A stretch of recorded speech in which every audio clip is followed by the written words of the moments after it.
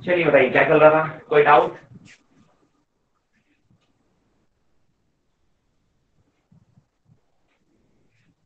Sir pure magnetism कर रहे थे। डीपीपी में नहीं कुछ? यस सर, डाउट है उसमें। डीपीपी में डाउट हो तो जल्दी शेयर करो please.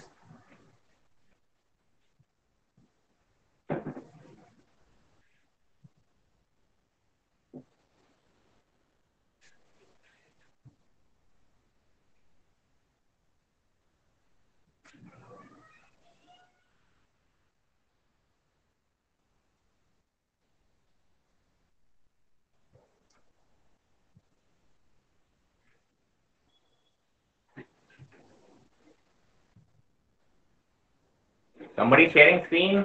Any doubts? DPP?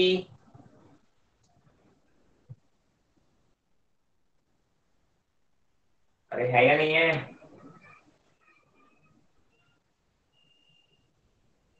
Guys कोई रिप्लाई करेगा?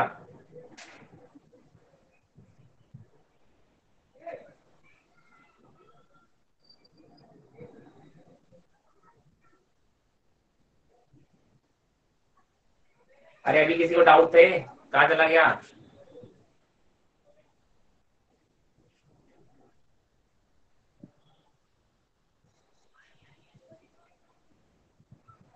यार गजब करता तुम लोग।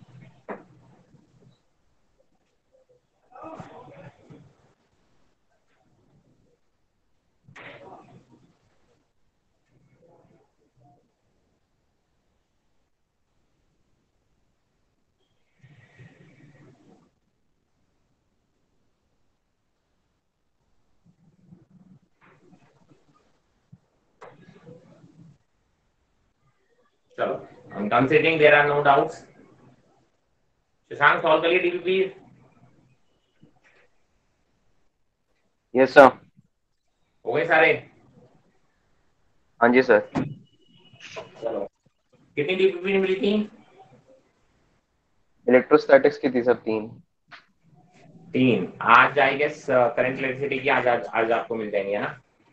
Yes sir.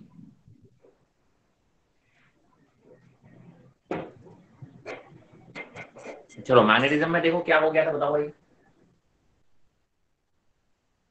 Sir magnetic field magnetism में कहाँ लाइंस, हो गया था? मैग्नेटिक फील्ड लाइंस कर रहे थे। हाँ मतलब जस्ट स्टार्टेड था जब। तो बेसिकली हमने बात की थी मैग्नेटिक डाइपोल की, राइट? मैग्नेटिक डाइपोल में मैग्नेटिक मूवमेंट निकाल लिया था। हाँ जी सर, लास्ट वो करा था जब हमने मैग्नेटिक फील्ड में एक मैग्नेट को रख दिया था, तो हमने उसमें टॉर्क देखा था। टॉर्क निकाल लिया था, राइट? आप बोलोगे सर टॉर्क की जो वैल्यू आई थी वो कितनी आई थी? M B sine theta, right? हाँ जी सर। ठीक है। चलिए, तो आज अपन बेसिकली उसी पे बात करने वाले हैं कि सर अगर मैंने किसी मैग्नेटिक फील्ड में, अगर किसी भी मैग्नेटिक फील्ड में आप बोलते हो कि सर किसी मैग्नेटिक फील्ड में जैसे ही आपने एक मैग्नेट को रखा, तो हमेशा वो नॉर्थ पोल और साउथ पोल इस तरीके से, नॉर्थ पोल पे जो फोर्स लगता है वो मैग्नेटिक फील्ड की डायरेक्शन में लगता है, साउथ पोल पे जो फोर्स लगता है वो मैग्नेटिक फील्ड की डायरेक्शन के ऑपोजिट लगता है, राइट? तो अभी आप बोलते हो जैसे ही मैंने इसको थोड़ा सा रोटेट कराया, मान लो अभी इस पोजीशन में आएगी, थीटा एंगल से जैसे ही आप इसको रोटेट कराओगे तो इस पर क्या लगने लगेगा? टॉर्क लगने लगेगा और ये वापस से ओरिजिनल पोजीशन में आने की कोशिश करेगी। तो आप बोलते हो कि सर जो टॉर्क लगेगा, टॉर्क इक्वल टू क्या था? M B sine theta. ठीक है। जरा अगर आपको एसएचएम की इक्वेशन याद हो तो आपको पता है कि सर यहाँ पे अगर मैं आई अल्फा लिखूं, I alpha is equal to M B sine theta, और आपको पता है ये टॉर्क रिस्टोरिंग है। आप अगर इसको डिस्प्लेसमेंट इधर दे रहे हो तो टॉर्क की डायरेक्शन किधर होगी? इधर, ऑपोजिट टू द डिस्प्लेसमेंट। तो अगर मैं थीटा को बहुत स्मॉल कर दूं तो देखो अल्फा की वैल्यू कितनी आएगी? M B by I sign theta, और दैट ऑल मैं नेगेटिव लिख सकता हूँ बिकॉज ये दोनों एक दूसरे के ऑपोजिट हैं। अगर थीटा को बहुत स्मॉल कर दूं तो आप बोल सकते हो alpha can be written as minus M B by I into theta. SHM की इक्वेशन हो गई है। तो आप बोलोगे कि सर अगर आपने एक मैग्नेट को एक मैग्नेटिक फील्ड में रखा है और थोड़े से एंगल से डिस्प्लेस कर दिया तो क्या होगा? तो सर वो एक एसएचएम की तरह मोशन करेगा और उसका जो टाइम पीरियड निकालना होता है, टाइम पीरियड की वैल्यू जो आएगी वो होगी, सॉल्व करोगे तो टाइम पीरियड की जो वैल्यू आएगी वो आएगी 2 pi under root of I by M B. तो this is your time period of oscillation. इसी पे बेस कई सारे आपके गैल्वेनोमीटर, डिफ्लेक्शन मीटर काम करते हैं, राइट। वो क्या करते हैं कि sir magnetic field find out करने की कोशिश करते हैं, तो एक मैग्नेट को रख देते हैं, उसको डिस्प्लेस कर देते हैं और उसको क्या करते हैं सर उसका टाइम पीरियड वगैरह निकाल लेते हैं। तो वहां से पता चलता है कि सर ये किस मैग्नेटिक फील्ड में रखा हुआ है। अगर मैग्नेटिक फील्ड की आपको निकालनी है, वैल्यू निकालनी है, क्लियर है। तो ये उसका टाइम पीरियड होता है, मैंने बहुत सी बात है टाइम पीरियड होता है। इसके बाद आप बोलते हैं गॉस लॉ फॉर मैग्नेटिज्म। अगर गॉस लॉ की बात करो मैग्नेटिज्म में, तो आप बोलोगे देखो वहां पे जो होता था ई डॉट डी एस लिखते थे, यहाँ पे बी डॉट डी एस आएगा, दैट इज इक्वल टू 0। अगर आपको इलेक्ट्रिक फील्ड का याद हो तो आप लिखते थे E dot D S, right, phi is equal to Q enclosed by epsilon naught. यहाँ पे अगर आप एक क्लोज लूप लोगे तो क्लोज लूप में हमेशा नेट मैग्नेटिक फील्ड कितना आएगा, नेट मैग्नेटिक फ्लक्स कितना आएगा, 0 आएगा। मतलब जितना इनकमिंग लाइन होगी उतनी ही आउटगोइंग लाइन होंगी फॉर श्योर, ठीक है। तो यही ये बताता है कि कभी भी एक सेपरेट पोल एग्जिस्ट नहीं कर सकता। अगर एक नॉर्थ पोल है तो साथ में साउथ पोल होगा ही होगा। अगर इलेक्ट्रिक फील्ड लाइन, वो मैग्नेटिक फील्ड लाइन इनकमिंग है उस एरिया में, आपने मान लिया कि देखो मान लो ये नॉर्थ पोल है, ये साउथ पोल है, मैग्नेटिक फील्ड लाइन कैसी होंगी, डायरेक्शन ऐसी होगी, है ना। अगर आप कहीं पे भी आप क्या मान लो कि सर ये देखो ये एक क्लोज सरफेस एरिया ले लिया, तो क्लोज सरफेस एरिया में देखो यहाँ पे मैग्नेटिक फील्ड क्या कर रही है, एंटर कर रही है। यहाँ पे जितनी मैग्नेटिक फील्ड एंटर कर रही है देखो यहाँ पे उससे निकल रही है, यही मैग्नेटिक फील्ड आपकी बाहर निकलती हुई होंगी, हाँ या ना। तो आप कोई भी क्लोज सरफेस ले लो कि सर जितनी मैग्नेटिक फील्ड लाइंस एंटरिंग होंगी उतनी ही आउटगोइंग होंगी, हमेशा ध्यान रखेंगे। इट मींस कि सर कभी भी एक सेपरेट पोल एग्जिस्ट कर ही नहीं सकता।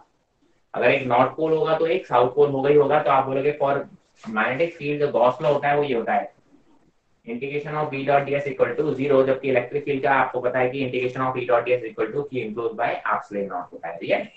तो ये कुछ बातें थी बेसिक आपकी डाइपोल की और मैग्नेटिक फील्ड। इन पे कई सारे एप्लीकेशंस आते हैं जिस पे क्वेश्चन पूछे जाते हैं। वो एप्लीकेशन प्रैक्टिस आप करोगे क्वेश्चन तो आपको उसमें मिलेंगे। चलिए, now we are going to talk about earth magnetism. इसी बात करेंगे हम, अर्थ मैग्नेटिज्म की बात करेंगे, राइट। अब अर्थ का थोड़ा सा आप थोड़ा सा आइडिया ले लो। अर्थ भी एक मैग्नेट की तरह बिहेव करता है, तभी तो आपका जो कंपास होता है, कंपास जो होता है वो बेसिकली आप क्या बोलोगे, हमेशा आपके नॉर्थ की तरफ पॉइंट आउट करता है। वो कैसे करता है, कंपास में एक मैग्नेटिक नीडल होता है, ठीक है। तो ऐसा माना जाता है कि ये अगर अर्थ की बात हम करें, ये एक अर्थ है, तो एक हम मान सकते हैं कि सर यहाँ पे एक मैग्नेट, अगर हम इस तरीके से ज्यूम कर लें, एक ये मैग्नेट हम ऐसा ज्यूम कर लें, ये नॉर्थ पोल, ये south pole of the magnet है, ये नॉर्थ पोल। आप बोलते हो सर ये आपका नॉर्थ पोल है और ये साउथ पोल है ज्योग्राफिकली। अगर आपकी अर्थ का ये ज्योग्राफिकल नॉर्थ पोल है, ये ज्योग्राफिकल साउथ पोल है, तो एक मैग्नेट ऐसे आप मान सकते हो कि सर यहाँ पे एक मैग्नेट ऐसा है नहीं, लेकिन ये अर्थ का जो मैग्नेट है वो इस तरीके से बिहेव करता है कि एक ऐसी मैग्नेट आप मान सकते हो कि कहीं पे सेंटर पे ये बरीड है, जिसका south pole is close to the geographical north pole and the north pole is close to the geographical south pole. यहाँ पे आज की डेट में ये जो एंगल है वो लगभग 11.3 डिग्री है ना। This keeps on changing, right, this keeps on changing. और ये कह सकते हो कि अगर आप बहुत लंबे टाइम की बात करो तो ये this magnet has been rotated n number of times, कई बार ये रोटेट हो चुकी है, ये एंगल इतना फ्रीक्वेंटली चेंज होता रहता है, ठीक है। तो आप क्या बोलोगे कि सर अगर मैं यहाँ पे एक नीडल रखूं अपनी कंपास, कंपास का नॉर्थ पोल किसकी तरफ अट्रैक्ट होगा, साउथ पोल की तरफ। कंपास का north pole will get attracted towards the south pole, है ना, एंड वाइस वर्सा। तो कंपास का जो नॉर्थ पोल होता है वो किधर होगा, साउथ पोल की तरफ अट्रैक्ट हो जाएगा, तो मतलब ऐसा जाएगा। तो यही होता ही है कि सर आपके कंपास का north pole always towards the south pole होता है। ऐसा जरूरी नहीं है कि वो, सॉरी, आप बोलते हैं हमेशा ज्योग्राफिकल नॉर्थ की तरफ पॉइंट आउट होता है, एक्चुअली वो ज्योग्राफिकल नॉर्थ की तरफ पॉइंट आउट नहीं कर रहा है, वो नॉर्थ से कुछ एंगल पे पॉइंट आउट करता है, ठीक है। अब देखो एक प्लेन लेते हैं, प्लेन, ठीक है, जहां पे भी आप बोलते हो एक प्लेन, जो मैं कहीं पे खड़ा हूं और एक प्लेन वहां से ऐसे क्रॉस करा देंगे, अगर ज्योग्राफिकल नॉर्थ और साउथ को कनेक्ट करता हुआ एक प्लेन डाल दूं, उसको हम बोलते हैं ज्योग्राफिकल प्लेन। अगर मैग्नेटिक नॉर्थ और साउथ को ऐसे क्रॉस करता हुआ एक प्लेन डाल दूं तो क्या कहते हैं उसको, magnetic plane, right, geographical plane और मैग्नेटिक प्लेन। तो अलग अलग जगह पे आप बोलते हो कि जो मैग्नेटिक प्लेन होता है, ये आपने बोला ये ज्योग्राफिकल नॉर्थ साउथ है, और आप बोलते हो कि सर कहीं पे ऐसे ही प्लेन डाल दो कि ज्योग्राफिकल, नहीं, मैग्नेटिक नॉर्थ साउथ। देखिए भाई साहब, इसको हम मैग्नेटिक नॉर्थ बोलते हैं, ध्यान रखना। ये नॉर्थ मैग्नेटिक नॉर्थ बोला जाता है, राइट। है ये साउथ पोल अंदर जो मैग्नेट होगी उसका साउथ पोल होगा, लेकिन आप बोलते हो कि सर आपकी जो कंपास की निडल है वो उसको नॉर्थ उठाएगी ना, तो इसीलिए इसको मैग्नेटिक नॉर्थ बोला जाता है और इसको मैग्नेटिक साउथ बोला जाता है। तो हर जगह ये एंगल थोड़ा डिफर करता है आपकी लोकेशन। मैं यहाँ पे खड़ा हूँ, यहाँ पे अगर मैं दो प्लेन के बीच में एंगल निकालूंगा तो कुछ अलग आएगा, उसको हम बोलते हैं angle of declination, angle of, ठीक है। तो आप बोलोगे सर जो मैग्नेटिक होता है उसको हम बोलते हैं angle of declination, right. This is called angle of declination. ये हर जगह अलग अलग होता है, ये कोई फिक्स नहीं है वैल्यू, ये हर जगह अलग अलग होता है। ज्योग्राफिकल नॉर्थ और मैग्नेटिक नॉर्थ, या फिर आप बोल सकते हो ज्योग्राफिकल मेरिडियन और मैग्नेटिक मेरिडियन के बीच में एंगल जो बनता है उसको हम बोलते हैं एंगल ऑफ डेक्लिनेशन। अब देखो यहाँ पे आप क्या बोलोगे, इसकी जो मैग्नेटिक फील्ड होगी वो ऐसी होगी। सर फिर हम एग्जैक्ट नॉर्थ पॉइंट पे कैसे पहुंचेंगे? यही कैलकुलेट करके, अगर आपको वहां पे पता है कि एंगल ऑफ यहाँ पे डेक्लिनेशन कितना है, तो आप बता दोगे ना कि भाई साहब आप जो नॉर्थ आप देख रहे हो वो एक्चुअली इतने एंगल पे नॉर्थ होगा आपका। आपको उस लोकेशन का एंगल ऑफ डेक्लिनेशन पता होगा। मैंने कहा मान लो यहाँ का एंगल ऑफ डेक्लिनेशन कितना है, नॉर्थ से 10 डिग्री पर है, तो आप क्या बोलोगे, मेरी मैग्नेटिक नॉर्थ यहाँ बता रही होगी, तो आप क्या करोगे, उससे 10 डिग्री पे चलना स्टार्ट कर दोगे, ओके सर। ठीक है। तो आपको हर लोकेशन का एंगल ऑफ डेक्लिनेशन भी पता होना चाहिए, जो कि सेलर्स को पता होता है, हाँ ठीक हाँ। है। तो एक रफ आइडिया तो होता ही है, तो ठीक है, एक आध दो डिग्री में कोई ज्यादा फर्क भी नहीं पड़ेगा, वो इधर उधर पहुंच जाएगा, बट एक आइडिया तो है कि हाँ यार मैं नॉर्थ की तरफ जा रहा हूँ। चलिए, ओके सर। तो अब आप बोलते हो कि यहाँ पे देखो मैग्नेटिक फील्ड ऐसी होंगी, नॉर्थ पोल से निकलती हुई साउथ पोल पे जाती हुई और यहाँ पे अंदर की तरफ। तो आप बोलोगे सर यहाँ पे जब भी आप कहीं मान लो यहाँ खड़े हुए या यहाँ खड़े हुए, देखो यहाँ पे अगर आप खड़े हो गए तो आपको अगर मैं देखूँ तो मैग्नेटिक फील्ड की डायरेक्शन ऐसी दिखेगी, यहाँ पे खड़े हो गए तो मैग्नेटिक फील्ड डायरेक्शन ऐसी दिखेगी, अगर आप यहाँ पे अर्थ के इस पॉइंट पे खड़े हो तो मैग्नेटिक फील्ड डायरेक्शन ऐसी दिखेगी। तो हर जगह देखो मैग्नेटिक फील्ड आपको क्या होगी, किसी एंगल पे दिख रही है। तो आप बोलोगे सर आप कहीं पर भी खड़े हो गए तो आपको मैग्नेटिक फील्ड कुछ ऐसे दिखेगी। उसके हम दो कंपोनेंट मानते हैं, एक होता है हॉरिजॉन्टल कंपोनेंट बोलते हैं और एक होता है वर्टिकल कंपोनेंट। मतलब एक अर्थ के जस्ट परपेंडिकुलर कंपोनेंट होगा और एक अर्थ के अलोंग होगा, उसको हम बोलते हैं हॉरिजॉन्टल कंपोनेंट। तो आप बोलोगे ये जो हॉरिजॉन्टल कंपोनेंट से कितना एंगल बना रहा है नेट मैग्नेटिक फील्ड, उसको हम बोलते हैं एंगल ऑफ डेप्थ। क्या बोलते हैं उसको, angle of depth. This is called angle of depth. Magnetic field horizontal से कितना एंगल बना रहा है किसी भी पॉइंट पे, उसको हम बोलते हैं angle of depth. Right angle triangle की अगर हम यहाँ पे प्रॉपर्टी निकालेंगे तो देखो, ये देखो perpendicular upon base is equal to tan phi, ठीक है, perpendicular upon base is equal to tan phi। तो आप बोलोगे tan phi की वैल्यू किसके बराबर आती है, bv upon bh। This is the vertical component of the magnetic field and this is the horizontal component of the magnetic field. हमें मतलब इससे होता है, हमें हॉरिजॉन्टल कंपोनेंट से मतलब होता है, वर्टिकल से मुझे क्या पता, अर्थ के परपेंडिकुलर जो मैग्नेटिक फील्ड है उससे मुझे कोई फर्क नहीं पड़ेगा। मैंने कहा सर अर्थ के अलाउंग जो मैग्नेटिक फील्ड है उससे मुझे फर्क पड़ेगा, क्योंकि हमारी जो मैग्नेट्स होंगी वो अर्थ के पैरेलल होंगी ना। हम ऐसे वर्टिकल तो नहीं घुमाते, हमने कहा मैग्नेटिक फील्ड को हम कैसे टांगते हैं, ऐसे टांगते हैं ना हॉरिजॉन्टल। तो इस पे हॉरिजॉन्टल जो फोर्स लगाएगी वो कौन लगाएगा सर, आप बोलोगे सर इस पे जो फोर्स लगाने वाले हैं वो मैग्नेटिक फील्ड जो इसके पैरेलल होगी या इससे कुछ ऐसे हॉरिजॉन्टल एंगल पर होगी, इसके परपेंडिकुलर वाली मैग्नेटिक फील्ड इस पे कोई फोर्स नहीं लगा पाएगी, ठीक है। तो हमें तो मतलब होता है हॉरिजॉन्टल कंपोनेंट से, किससे मतलब होता है हमें, हॉरिजॉन्टल कंपोनेंट से। और मैग्नेटिक फील्ड और हॉरिजॉन्टल कंपोनेंट के बीच में जो एंगल बनता है उसको हम बोलते हैं एंगल ऑफ डेप्थ, ठीक है। चलिए, आई होप इट्स क्लियर। अब इस पे कुछ क्वेश्चन बनते हैं, ठीक है, वो प्रैक्टिस से ही आएंगे, थोड़े से क्वेश्चन जब हम करेंगे। हम बात करेंगे थोड़े से टेंजेंट लॉ की। चलिए, tangent law is nothing but ये जो tan phi equal to BU/BH है, एक जनरलाइज कर देंगे हम, उसको बोल देते हैं टेंजेंट लॉ। देखते हैं टेंजेंट लॉ क्या है।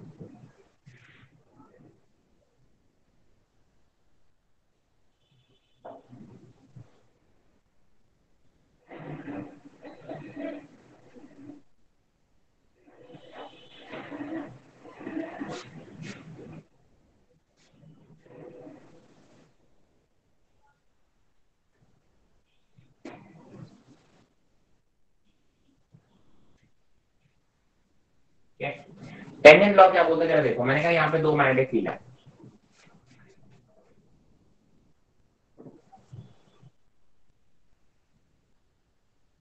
मैंने बोला यहाँ पे दो मैग्नेटिक फील्ड है,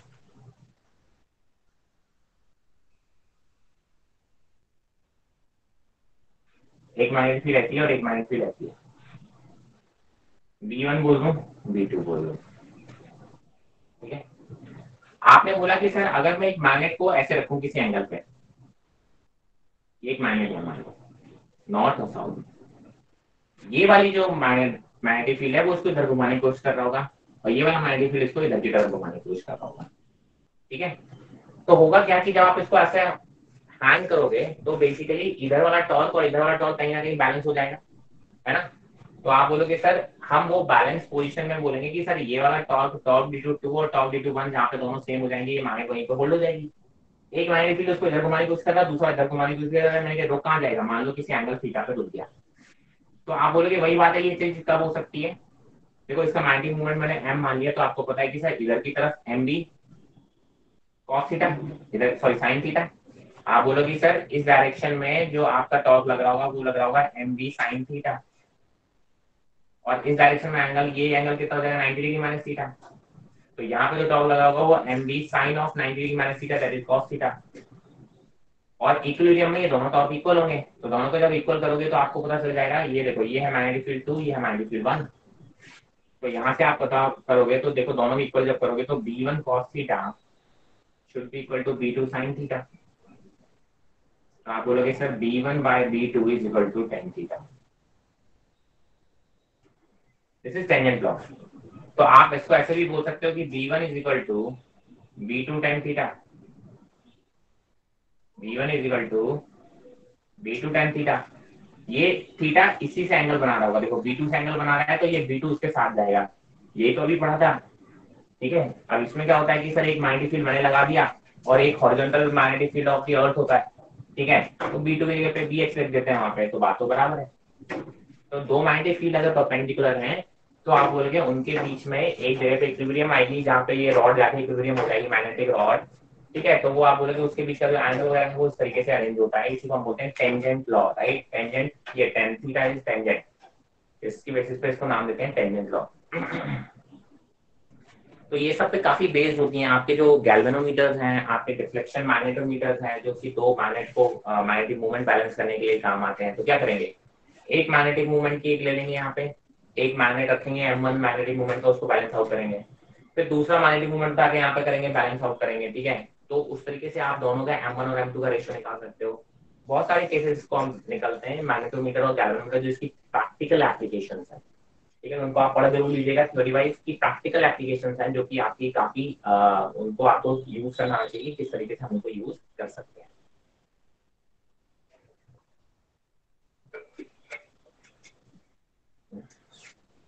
सो ये थी बातें आपकी basically magnetic field due to earth, ठीक है, हमें बस ये बेसिक बेसिक बातें हमें याद रखनी होती है magnetic field due to earth में। अब हम बात करेंगे प्रॉपर्टीज ऑफ मैग्नेटिक मटेरियल, जो अलग अलग मटेरियल होते हैं जैसे डायमैग्नेटिक, पैरामैग्नेटिक, फेरोमैग्नेटिक, ये सब आपने केमिस्ट्री में पढ़ रखे होंगे, थोड़ी सी बातें हम भी कर लेंगे, ठीक है। Diamagnetic, paramagnetic and ferromagnetic substance जो होते हैं, अब होता क्या है कि जो मैग्नेटिक मूव, कोई भी मैग्नेटिक प्रॉपर्टी होती है वो किसकी वजह से होती है, इलेक्ट्रॉन्स होते हैं उसमें, कैसे होते हैं इलेक्ट्रॉन्स, इलेक्ट्रॉन्स रोटेट कर रहे होते हैं, स्पिन कर रहे होते हैं, उस स्पिन की वजह से वो मैग्नेटिक फील्ड क्रिएट कर रहे होते हैं, ठीक है, due to the spinning of electrons they are creating magnetic field.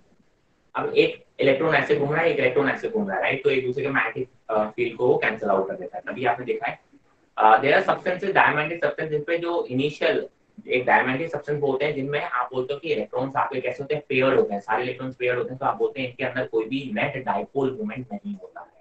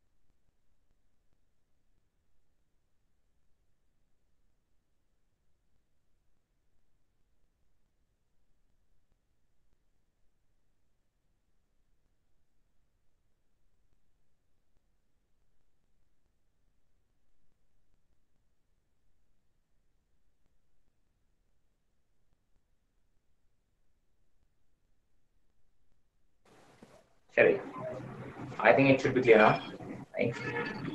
Clear है सर। हाँ जी सर। चलिए, हाँ, तो मैंने कहा सर डायमैग्नेटिक सब्सटेंस कैसे होते हैं? ऐसे सब्सटेंस जिनमें इलेक्ट्रॉन्स आपके पेयर होते हैं। इलेक्ट्रॉन्स पेयर होने से क्या होता है कि आपके जो मैग्नेटिक डायपोल मूवमेंट होता है ना, वो आप बोलते हो कि जितने भी डायपोल मूवमेंट हैं वो सबके जीरो होते हैं। हर ऑर्बिटल में आप बोलते हो दोनों इलेक्ट्रॉन कैसे थे पेयर, तो एक का डायपोल मूवमेंट इधर की डायरेक्शन में तो दूसरे का इधर की डायरेक्शन में, तो दोनों एक दूसरे को कैंसिल आउट करते हैं। तो डायमैग्नेटिक सब्सटेंस ऐसे होते हैं जिनमें इनिशियली भी कोई डायपोल मूवमेंट नहीं होता है इंडिविजुअल एटम्स का। तो छोटे छोटे एटम्स हैं जो उसमें हैं, उनका कोई भी डायपोल मूवमेंट नहीं होता है, ठीक है? अब डायपोल डायमैग्नेटिक सब्सटेंस के साथ क्या होता है, अगर आप इनको एक एक्सटर्नल मैग्नेटिक फील्ड में रखोगे, अगर आप इनको एक एक्सटर्नल मैग्नेटिक फील्ड में रखोगे तो आप क्या बोलोगे, ये हमेशा उस मैग्नेटिक फील्ड को अपोज करते हैं। क्या करते हैं? अपोज करते हैं। तो अगर आपने डायमैग्नेटिक सब्सटेंस को आपने मैग्नेटिक फील्ड में रखा, ठीक है, मैंने कहा ये मेरी मैग्नेटिक फील्ड थी, ठीक है?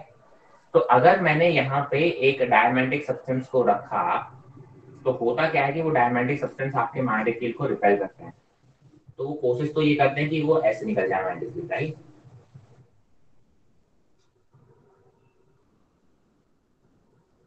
जो नॉर्मल मैग्नेटिक फील्ड होनी चाहिए थी वैसे ही, तो आप बोलते हो इनके अंदर जो मैग्नेटिक फील्ड है, राइट, इनके अंदर जो मैग्नेटिक फील्ड होती है वो बाहर के मैग्नेटिक फील्ड से कम होती है। This is the magnetic field inside, ये जो इसमें क्रिएट होती है, that magnetic field is basically less than 1, क्योंकि B is less than, right, इसको हम बोलते हैं mu upon mu naught should be less than 1, और इसी को हम बोलते हैं म्यू आर। रिलेटिव परमिएबिलिटी जो होती है वो इनकी कैसी होती है, 1 से छोटी होती है, ठीक है? हमेशा ध्यान रखेंगे 1 से कैसी होती है, छोटी होती है। एक टर्म डिफाइन होता है जिसको हम बोलते हैं mu R is equal to 1 plus chi. This is called magnetic susceptibility, magnetic susceptibility,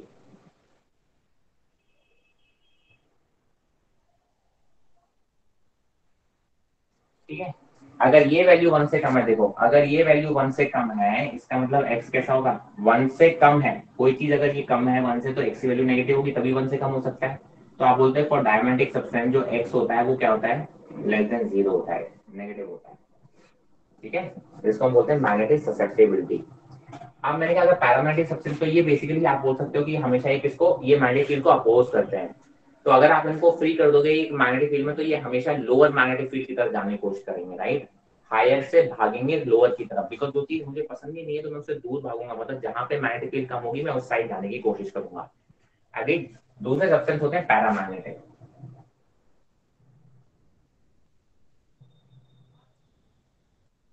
paramagnetic substance कौन से होते हैं कि सर इनमें बेसिकली ये अट्रैक्टेड होते हैं मैग्नेटिक फील्ड की तरफ, बट इनमें जो मैग्नेटिज्म होता है वो बहुत वीक होता है।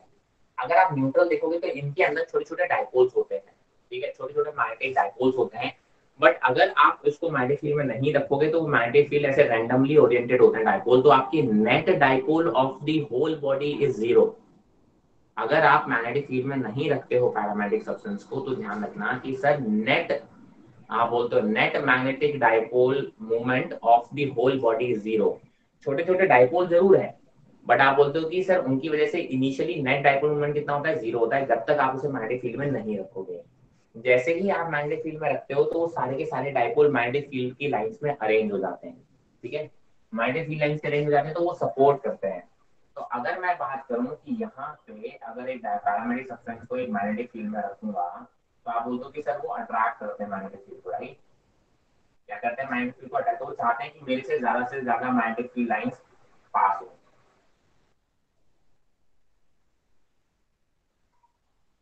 ठीक है? वो क्या चाहते हैं कि सर मेरे से ज्यादा मैग्नेटिक फील्ड लाइंस पास हो, तो they always move towards the higher magnetic field. जब भी इनको फ्री छोड़ दोगे तो वो हमेशा हायर मैग्नेटिक फील्ड की तरफ जाएंगे।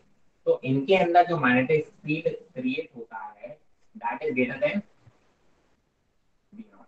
जो बाहर मैग्नेटिक फील्ड है उससे ज्यादा इन बॉडी के अंदर मैग्नेटिक फील्ड क्रिएट हो जाता है जब भी ये मैग्नेटिक फील्ड में रखे जाएंगे। इसका मतलब क्या हो गया कि B/V not is greater than 1। But ये 1 से बहुत ज्यादा बड़े नहीं होते हैं, थोड़े से बड़े होते हैं। मतलब इसमें मैग्नेटिक फील्ड क्या होती है, बहुत थोड़ी सी आप बोल सकते हो कि ज्यादा होती है, ये फीबली रिपेल्ड होते हैं मैग्नेटिक फील्ड से। फीबली का मतलब होता है बहुत छोटा रिपल्सन होता है, ये फीबली अट्रैक्टेड होते हैं, मतलब छोटा सा अट्रैक्शन होता है इसमें। तो आप बोलते हो कि यहाँ पे जो म्यू आर की वैल्यू होगी, mu R is just greater than 1, 1 से थोड़े से बड़े होते हैं। अगर म्यू आर 1 से बड़ा है तो इसका मतलब ये वैल्यू 0 से बड़ी है। तो आप बोलते हो जो काई की वैल्यू है वो ग्रेटर देन 0 थी, बट अभी भी कैसी है, ये स्मॉल ही है तो पॉजिटिव। काई की वैल्यू कैसी है, पॉजिटिव तो है, बट ये वैल्यू अभी कैसी है, बहुत स्मॉल है। ठीक है, तो आप बोलते हो कि सर ये बात होती है पैरामैग्नेटिक सब्सटेंस की। तो तीसरी बात करते हैं हम, ठीक है, किसकी बात करते हैं, तीसरी बात करते हैं। चलिए, इसमें ध्यान रखना कि सर ये जो डायमैग्नेटिज्म है ना, इसमें आप बोलोगे जो डायमैग्नेटिज्म है या ससेप्टिबिलिटी है, आप बोलोगे वो टेम्परेचर डिपेंडेंट नहीं होती है। तो अगर आप ग्राफ बनाओगे ससेप्टिबिलिटी का टाइम टेम्परेचर के साथ, तो एक कांस्टेंट ग्राफ बनता है, नेगेटिव, राइट, ये लेस देन 0 है, तो ससेप्टिबिलिटी का जो ग्राफ है वो कांस्टेंट बनता है, बिकॉज ये टेम्परेचर पे डिपेंड नहीं करता है। पैरामैग्नेटिक सब्सटेंस में आप बोलते हो ये टेम्परेचर पे डिपेंड करते हैं, तो आप बोलते हो जो ससेप्टिबिलिटी है वो टाइम के साथ डिक्रीज होती है। ठीक है, susceptibility is inversely proportional to temperature, right. तो आप बोलते हो susceptibility is inversely proportional to temperature for paramagnetic substance. ठीक है, और ये टेम्परेचर इंडिपेंडेंट होती है इनकी susceptibility. Okay, now next category is ferromagnetic substance, right. They are very much attracted towards the magnetic field.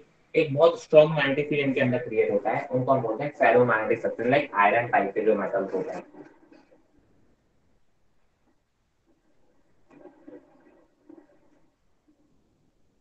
इन पे डायरेक्ट क्वेश्चन आ जाते हैं, जो चीजें हम बता रहे हैं ना, इन पे डायरेक्ट क्वेश्चन आते हैं, इसी को ध्यान रखेंगे, है ना। म्यू आर की वैल्यू पूछे थे डायमैग्नेटिक सब्सटेंस के लिए, ससेप्टिबिलिटी की वैल्यूज पूछे थे डायमैग्नेटिक या पैरामैग्नेटिक के लिए। तो ये चीज हमें पता होगी तो मेरे हिसाब से आपको याद रखने में भी आसान होगा। चलिए, आपने बोला next is category ferromagnetic substance. Ferromagnetic substance में क्या होता है, जो छोटे छोटे डायपोल होते हैं इनके अंदर, एक नॉर्मल बॉडी में भी छोटे छोटे डायपोल होते हैं, वो ग्रुप बना लेते हैं, जिनको हम बोलते हैं डोमेन्स। छोटे छोटे ग्रुप बना लेते हैं ढेर सारे, राइट। एक सेम डायपोल मोमेंट के एक ग्रुप, दूसरे डायपोल मोमेंट का दूसरा ग्रुप, तीसरे डायपोल मोमेंट का ग्रुप, तो उनको हम बोलते हैं डोमेन्स। तो जैसे ही आप इनको एक मैग्नेटिक फील्ड में रखते हो, तो इनके अंदर एक very strong magnetic field create होती है। सारे के सारे डोमेन्स का जो डायपोल मोमेंट है वो एक ही लाइन में, जैसे ये एक डोमेन था, है ना, ये डोमेन था, इसके अंदर सारे के सारे आप क्या कह सकते हो, जो डायपोल मोमेंट होते हैं वो एक ही डायरेक्शन में अलाइन हो जाते हैं। तो अगर आप इन्हें एक बाहर मैग्नेटिक फील्ड में रखते हो, तो ये बहुत ही स्ट्रॉन्ग, आप कहते हो बहुत ही स्ट्रॉन्ग मैग्नेटिक फील्ड अपने अंदर बुलाते हैं, राइट। आप तो मैग्नेटिक फील्ड ये तरह चली जाएगी, ये यहाँ जाना चाहिए, लेकिन उसको भी इन्होंने अट्रैक्ट कर लिया। ठीक है, हाँ, बोलते हो कि सर ये यहाँ पे जा रही थी, इसको भी इन्होंने अट्रैक्ट कर लिया। तो ऐसे ही आप बोलते हो कि सर जो जाना सीधी जा रही थी, लेकिन आप उसको अट्रैक्ट करके ही अपने अंदर बुला लेते हैं। तो आप बोलते हो यहाँ पे जो मैग्नेटिक फील्ड क्रिएट हो रही है, that is very much greater than B naught. तो आप बोलोगे sir this B by B naught is very much greater than 1, इसी को हम बोलते हैं mu R. Mu R is greater than 1, मतलब ससेप्टिबिलिटी इज ग्रेटर देन 0। ठीक है, तो आप बोलते हो कि सर ये फेरोमैग्नेटिक सब्सटेंस होते हैं, they are very much attracted towards the magnetic field, और इनके अंदर एक बहुत स्ट्रॉन्ग मैग्नेटिक फील्ड क्रिएट होता है। ठीक है, और ये कुछ इनकी वैल्यूज हैं। अच्छा, मैंने कहा सर इसमें जो ससेप्टिबिलिटी का एक ग्राफ बनता है वो कुछ ऐसा बनता है। एक टेम्परेचर होता है, ये देखो यहाँ पे तो ये कुछ ऐसे बिहेव कर रहे हैं, लेकिन इस टेम्परेचर के बाद ये पैरामैग्नेटिक सब्सटेंस बन जाते हैं। एक पर्टिकुलर टेम्परेचर के बाद आप बोलते हो कि सर एक पर्टिकुलर टेम्परेचर के बाद अगर टेम्परेचर आप बढ़ाते जाओगे, बहुत ज्यादा कर दोगे, एक पर्टिकुलर टेम्परेचर, इसको क्यूरीज टेम्परेचर बोलते हैं। क्या बोलते हैं इसको, क्यूरीज टेम्परेचर बोलते हैं। क्यूरीज टेम्परेचर के बाद ये बॉडी जो है वो फिर से कैसे हो जाती है, क्यूरीज टेम्परेचर के बाद ये बॉडी आपकी पैरामैग्नेटिक की बिहेव कर जाती है। यहाँ पे इस रीजन में ये कैसे हो गई, पैरामैग्नेटिक। इनिशियली तो ये पैरामैग्नेटिक थी, लेकिन अब आप बोलोगे बाद में ये कैसे हो जाती है, पैरामैग्नेटिक की तरह बिहेव करने लगती है, राइट। तो आप बोलते हो कि सर इसके बाद अगर इस टेम्परेचर को आप बढ़ाते जाओगे और एक पर्टिकुलर टेम्परेचर के बाद आप बहुत आगे जाओगे, तो आप बोलोगे सर जो आपकी पैरामैग्नेटिक बॉडी है that will behave like a ferromagnetic body will behave like a paramagnetic body, right. तो ये इसकी कुछ प्रॉपर्टीज थी जिनको आपको याद रखना है। I hope this is very clear. ठीक है, अब आप बोलोगे कि सर कुछ टर्म्स होती हैं, इंटेंसिटी ऑफ मैग्नेटाइजेशन जिसको हम बोलते हैं I, that is M induce per unit volume.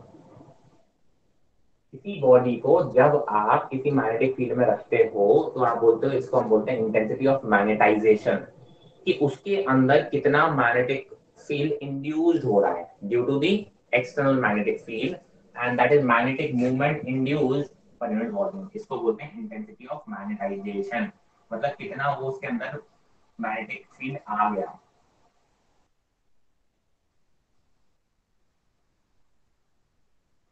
एक टर्म होता है जिसको हम बोलते हैं इंटेंसिटी ऑफ मैग्नेटाइजिंग फील्ड, यानी ये मैग्नेटाइजिंग फील्ड है। क्या ये मैग्नेटाइजिंग फील्ड है। तो आप बोलते हो कि सर ये मैग्नेटाइजिंग फील्ड जो है वो कितना, उसका कितना पोर्शन मैग्नेटाइजिंग में काम कर रहा है, राइट। मैंने कहा एक 10 टेस्ला की मैग्नेटिक फील्ड है, उसमें पूरा 10 टेस्ला नहीं उसको इंड्यूस करने की कोशिश कर रहा होगा, उसमें बोलेगा 8 टेस्ला ही इफेक्टिवली इंड्यूस करने की कोशिश कर रहा है। तो आप बोलोगे d by mu naught is the effective value जो कि उसमें मैग्नेटिक फील्ड क्रिएट करने की कोशिश कर रहा होगा।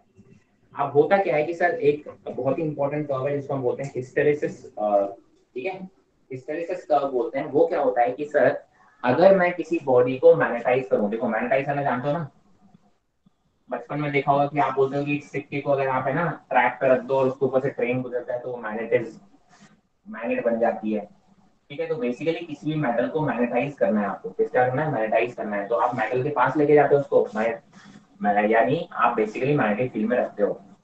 तो हिस्टेरिस क्या बोलता है, देखो आपने बोला इनिशियली ये कितनी मैग्नेटिक फील्ड उसके अंदर क्रिएट हो रही है और ये कितनी मैग्नेटिक फील्ड करने वाला है, ये आपका मैग्नेटिक फील्ड इंड्यूस करने वाला मैग्नेटिक फील्ड है, राइट, जो कि यहाँ पे क्रिएट करेगा और ये इस बॉडी के अंदर क्रिएट होने वाली मैग्नेटिक फील्ड है।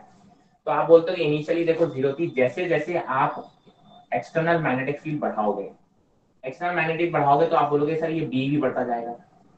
अब होगा क्या कि सर जब आप इस वैल्यू को डिक्रीज करोगे, एच की वैल्यू को डिक्रीज, मैंने कहा सर मैंने मैग्नेटाइज कर दिया, एक आयरन को मैग्नेट के बगल में रखते हो तो वो भी मैग्नेट की तरह बिहेव करने लगती है। तो मैंने कहा सर हम एक मैग्नेटिक फील्ड बढ़ाते जा रहे तो आयरन की भी मैग्नेटिक कैपेबिलिटी बढ़ती जा रही है। लेकिन आप बोलते हो अब मैंने अगर एक बार मैंने मैग्नेटाइज कर दिया और अगर अब मैं, आप बोलते हो कि सर यहाँ पे मैंने एच की वैल्यू मतलब एक्सटर्नल वैल्यू कम करना चालू, मतलब मैग्नेटिक फील्ड हटाना चालू की, तो जब एच 0 हो गया तो भी इसके अंदर मैग्नेटिक प्रॉपर्टीज पूरी तरीके से गई नहीं, ठीक है। आप बोलते हो इतनी वैल्यूज, आप बोलते हो यहाँ पे मान लो ये कितनी है डी आर, तो आप बोलते हो कि सर इतनी मैग्नेटिक प्रॉपर्टीज रिटेन करनी, इसको हम बोलते हैं रिटेंटिविटी, है ना। मतलब आपने जो मैग्नेटाइज करने वाला फील्ड था उसको हटा दिया, फिर भी ये आयरन अब मैग्नेट की तरह बिहेव कर रहा है, अभी भी आपने बोला कि वो मैग्नेट की तरह बिहेव करना बंद नहीं किया, मतलब वो एक परमानेंट मैग्नेट में बंद कन्वर्ट हो गया। तो हम परमानेंट मैग्नेट बनाने का तरीका भी यही होता है। मैंने कहा अगर अब मुझे उसकी मैग्नेटिक प्रॉपर्टी को खत्म करना है तो एक उल्टी डायरेक्शन में मैग्नेटिक फील्ड लगाना चालू किया, तो आप बोलते हो कर दिया चालू, और आप बोलते हो जब जब ये उसकी पूरी मैग्नेटिक फील्ड खत्म होगी तब तक आपने उल्टी डायरेक्शन में ऑलरेडी एक मैग्नेटिक फील्ड लगा लिया होगा, ठीक है। तो आप बोलते हो कि सर ये इतना आपको मैग्नेटिक फील्ड उल्टी डायरेक्शन में लगाना पड़ा, उसको बोलते हैं कोर्सिविटी। आप उल्टी डायरेक्शन में इसको मैग्नेटाइज करने की कोशिश की और फिर आप उसको डिमैग्नेटाइज करने की कोशिश करोगे तो ये कर्व बनता रहेगा, ठीक है। तो आप बोलते हो इसके अंदर का जो एरिया है, दिस एरिया इज बेसिकली एक साइकिल में कितना एनर्जी लॉस हो रहा है उसको डिपेंड करता है। अच्छा, अब परमानेंट मैग्नेट और टेम्पररी मैग्नेट, दो मैग्नेट्स होते हैं। परमानेंट मैग्नेट मतलब अगर मैंने उसको मैग्नेट बना दिया है तो मैं चाहता हूँ कि अभी जिंदगी में मैग्नेट बना है। टेम्पररी मैग्नेट का मतलब होता है कि मैंने जितनी देर उसको मैग्नेट बनाया है और जैसे मैं चाहूँ कि अब ये मैग्नेट नहीं हो, वैसे ही आप बोलते हो कि वो मैग्नेट बनना बंद हो जाए। मतलब जब तक मैं उसको एक एक्सटर्नल मैग्नेटिक फील्ड में रखूं तब तक मैग्नेट की तरह बिहेव करे, और जब मैं चाहूँ कि अब ये एक्सटर्नल मैग्नेटिक फील्ड हटा दूं तो वो मैग्नेट की तरह बिहेव ना करे। तो परमानेंट मैग्नेट में आप चाहते हो कि मैं मैग्नेटिक फील्ड हटा भी दूं तो भी उसके अंदर मैग्नेटिक प्रॉपर्टीज रह जाए, मतलब आपकी रिटेंटिविटी ज्यादा होनी चाहिए और कोर्सिविटी भी ज्यादा होनी चाहिए। तो जिसके लिए रिटेंटिविटी ज्यादा हो और कोर्सिविटी ज्यादा हो, आप बोलोगे that material will be suitable for making permanent magnets. Temporary magnets के लिए आप चाहते हो कि सर रिटेंटिविटी कम हो और कोर्सिविटी भी कम हो, जैसे ही मैं मैग्नेटिक फील्ड हटा दूं, है ना, और आप बोलते हो ये एरिया भी कम हो, क्या हो, ये एरिया यानी एनर्जी लॉस भी कम हो, क्योंकि वो बार बार आप इस साइकिल से मूव कराओगे, पहले आप उसको मैग्नेटाइज करोगे, डिमैग्नेटाइज करोगे, मैग्नेटाइज करोगे। टेम्परेरी का तो यही है ना, बार बार मैग्नेटाइज करना है, बार बार डिमैग्नेटाइज करना है। जबकि आप बोलते हो कि सर परमानेंट मैग्नेट को आपको बार बार मैग्नेटाइज और डिमैग्नेटाइज नहीं करना ना, एक बार मैंने मैग्नेट बना दी, परमानेंट मैग्नेट बना दी ना, अब मैं उसको डिमैग्नेटाइज क्यों करूंगा। तो एक बार अगर एनर्जी लॉस ज्यादा भी हो गया तो भी कोई दिक्कत नहीं है। टेम्पररी मैग्नेट को बार बार मैग्नेट बनाना है, बार बार हटाना है, बार बार मैग्नेट बनाना है, बार बार हटाना है, तो आप बोलते हो ज्यादा एनर्जी लॉस नहीं होना चाहिए, मतलब ये एरिया शुड बी लेस, और उनमें खुद की बची हुई मैग्नेटिक फील्ड कैसे होनी चाहिए, कम होनी चाहिए। ठीक है, तो आप बोलते हो कि जो स्टील होता है, क्या होता है स्टील, स्टील क्या होता है, स्टील की कोर्सिविटी हाई होती है और रिटेंटिविटी भी हाई होती है, तो आप बोलते हैं इसीलिए it is good for permanent magnets, इसीलिए परमानेंट मैग्नेट बनाने के लिए steel is a good solution. जबकि सॉफ्ट आयरन जो होता है ना, सॉफ्ट आयरन रॉड, जो सॉफ्ट आयरन होता है उसकी रिटेंटिविटी और कोर्सिविटी क्या होती है, स्मॉल होती है ना, तो मतलब वो इजीली मैग्नेटाइज भी हो जाएगा और इजीली डीमैग्नेटाइज भी हो जाएगा, इसीलिए it is good for temporary magnets. ठीक है, तभी आप सोलेनॉइड होता है, सोलेनॉइड इलेक्ट्रोमैग्नेट जिसको बोलते हैं, सोलेनॉइड पढ़ा था, वो एक इलेक्ट्रिकल मैग्नेट की तरह बिहेव करता है। तो सोलेनॉइड में जो बीच में आप सिलेंडर लगाते हो जिसके ऊपर वो कॉइलिंग करते हो, वो that is made up of soft iron. ठीक है, क्योंकि आप चाहते हो कि वो इजीली मैग्नेटाइज हो जाए और इजीली डीमैग्नेटाइज हो जाए। जैसे मैं आप चाहोगे इलेक्ट्रिसिटी खत्म करूं वैसे वो डीमैग्नेटाइज हो जाए, तो आप बोलते हो इसके उसमें सॉफ्ट आयरन कोर को हम प्रेफर करते हैं। तो ये कुछ बातें थी आपकी प्रॉपर्टीज, मैग्नेटिक प्रॉपर्टीज और मटेरियल की डिफरेंट प्रॉपर्टीज होती हैं, पैरामैग्नेटिज्म, फेरोमैग्नेटिज्म, डायमैग्नेटिज्म। इसमें अगर आपको कोई डाउट है ठीक है, any doubts in this? No sir. चलो तो आगे बढ़े। ये जो फिगर वगैरह मैंने आपको बनाया था ना डायमैग्नेटिक मटेरियल के, पैरामैग्नेटिक मटेरियल के, ये दे आर इंपॉर्टेंट, कई बार इनसे डाई क्वेश्चन आ जाता है। मेरी आवाज कम आ रही है क्या? योगिता इज आस्किंग सर मेरी आवाज कम आ रही है, एनीवन प्लीज? ठीक है सर।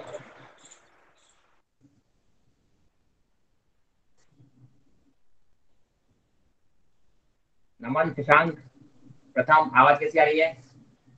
क्लियर है क्लियर है सर। सर।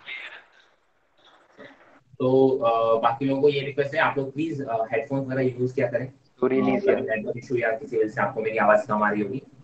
आज तो काफी क्लियर आनी चाहिए, क्योंकि आज तो मैं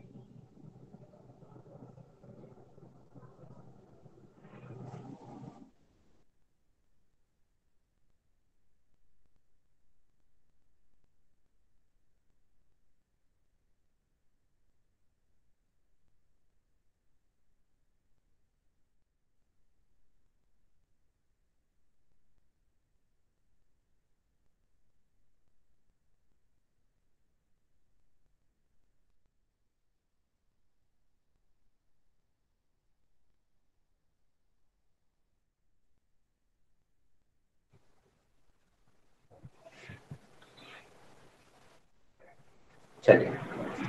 So this is all about the magnetism chapter. Now we are going to move toward the EMI, electromagnetic induction, right? तो ये तो हमने कुछ बातें की थी मैग्नेटिज्म चैप्टर की। Now we are going to move toward the EMI section, right, electromagnetic induction. ये भी एक आप कह सकते हो जो मैग्नेटिज्म चैप्टर है उसी का एक और एक्सटेंशन है। ठीक है, इसमें नई चीज पढ़ेंगे मैग्नेटिज्म के बारे में, बट है सब वही, मैग्नेटिक फील्ड, मैग्नेटिक करंट, ये सभी के बारे में हम बात करने वाले हैं चैप्टर में। तो जैसा कि चैप्टर से समझ में आ रहा है, चैप्टर का नाम से समझ में आ रहा है, इलेक्ट्रोमैग्नेटिक इंडक्शन। इंडक्शन मतलब something is going to be induced, है ना।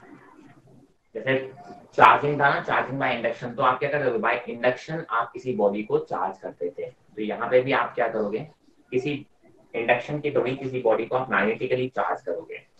मैंने कहा देखो फैराडे ने क्या लॉ दिया, फैराडे लॉ। फैराडे लॉ क्या बोलता है कि सर अगर आप किसी लूप से, पहले तो मैग्नेटिक फ्लक्स बोलो, what is magnetic flux? Magnetic flux is nothing but, magnetic flux is total number of electric magnetic field lines, जैसे मान लो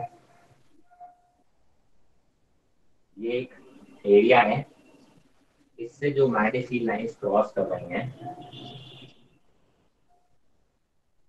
ठीक है, ये मैग्नेटिक फील्ड की डायरेक्शन हो गई, और ये आप बोलते हो कि एरिया वेक्टर की डायरेक्शन कैसे होती है, इससे परपेंडिकुलर होती है। ठीक है, तो आप क्या बोलोगे कि तो जो फ्लक्स है, मैग्नेटिक फ्लक्स जिसको बोलते हैं, that is basically B dot delta X, इसको बोलते हैं मैग्नेटिक फ्लक्स। बेसिकली ये क्या आइडिया देता है, ये आइडिया देता है कि आपको the number of magnetic field lines crossing through an area, ठीक है, ये क्या आइडिया देता है, magnetic field lines give you the idea about the number of magnetic field lines passing through an area perpendicularly, right.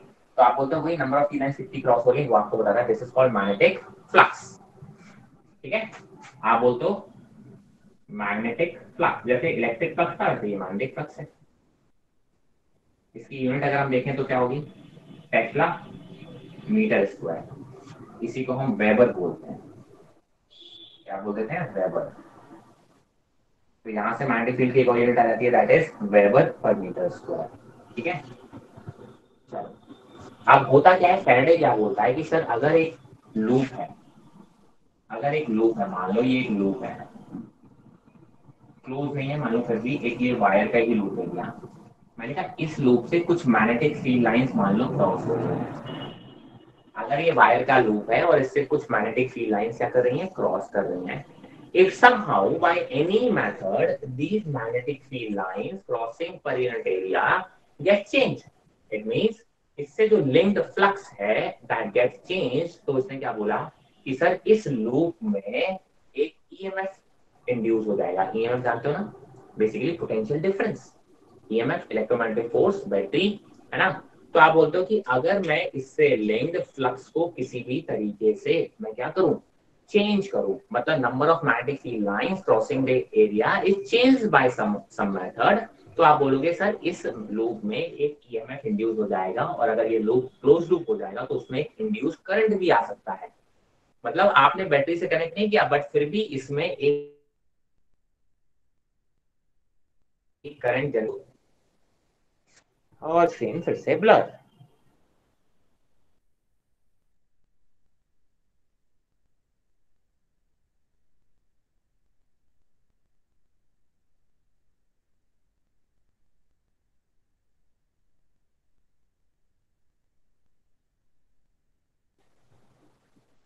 ठीक है,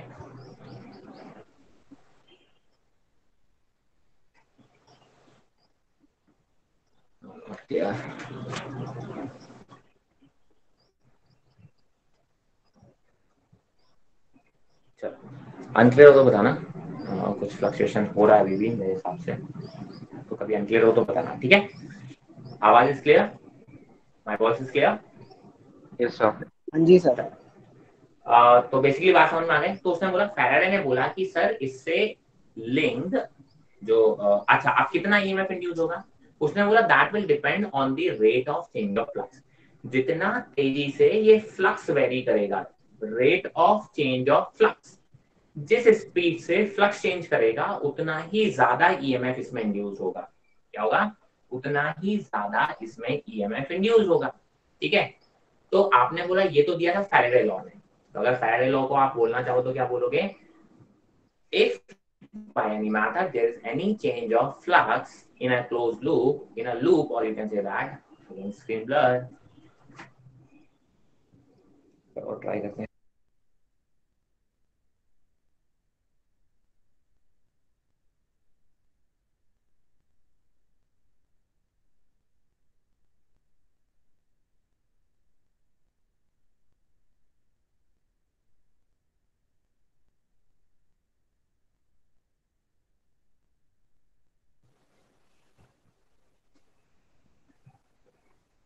हाँ, now it's stable, now it should not, right?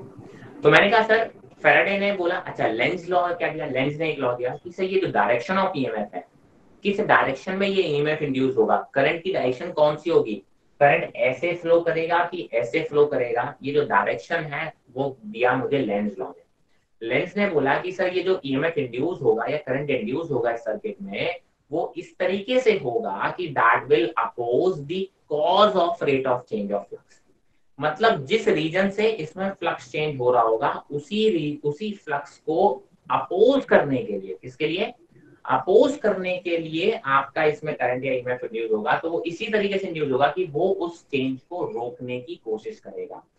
तो इन दोनों को जब कंबाइन किया गया तो आपने बोला जो ईएमएफ इंड्यूस है that is equal to minus of d∅dt। Faraday ने बोला था कि the magnitude of EMF induce, this is induced EMF, this is induced EMF. उसने यही बोला था कि द मैग्नेटिक जो इंड्यूस ईएमएफ होगा that is proportional to rate of change of flux, है ना।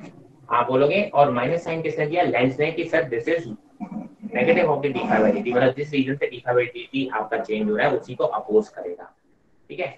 मैंने कहा सर अगर इसको ऐसे भी लिख सकते हो, आप बोलते हो minus of B integration of B dot D S by D T, या फिर आप सिंपल इंटीग्रेशन में डालो सिंपल बी और डी एस डेल्टा। इसका मतलब आप क्या कितने तरीके से फ्लक्स को चेंज कर सकते हो, देखो या तो मैं यहाँ पे मैग्नेटिक फील्ड को चेंज कर दूं, क्या कर दूं, या तो मैं यहाँ पे मैग्नेटिक फील्ड को चेंज कर दूं, या मैं इस लूप का एरिया चेंज कर दूं, या फिर मैं इन दोनों के बीच का एंगल चेंज कर दूं, ठीक है। मैं इन तीनों में से कुछ भी कर दूं, चाहे तो मैं मैग्नेटिक फील्ड का मैग्नीट्यूड चेंज कर दूं, या मैग्नेटिक फील्ड चेंज कर दूं, या एरिया कम ज्यादा कर दूं, या फिर इन दोनों के बीच का एंगल मैं चेंज कर दूं। इन तीनों ही कारण से आप बोलोगे क्या होगा, इसमें फ्लक्स इंड्यूस, जो फ्लक्स है वो चेंज होगा और उसकी वजह से इसमें ईएमएफ प्रोड्यूस होगा, ठीक है। चलिए ये तो मेन था आपका, इसी पे बेस है पूरा चैप्टर,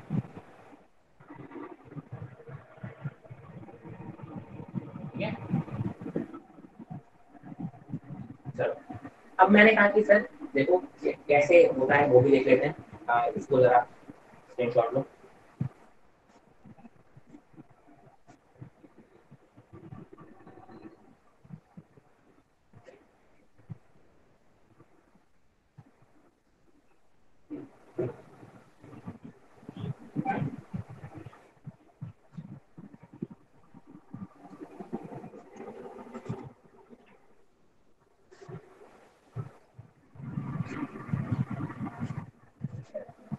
मैंने कहा मान लो एक ये लूप है,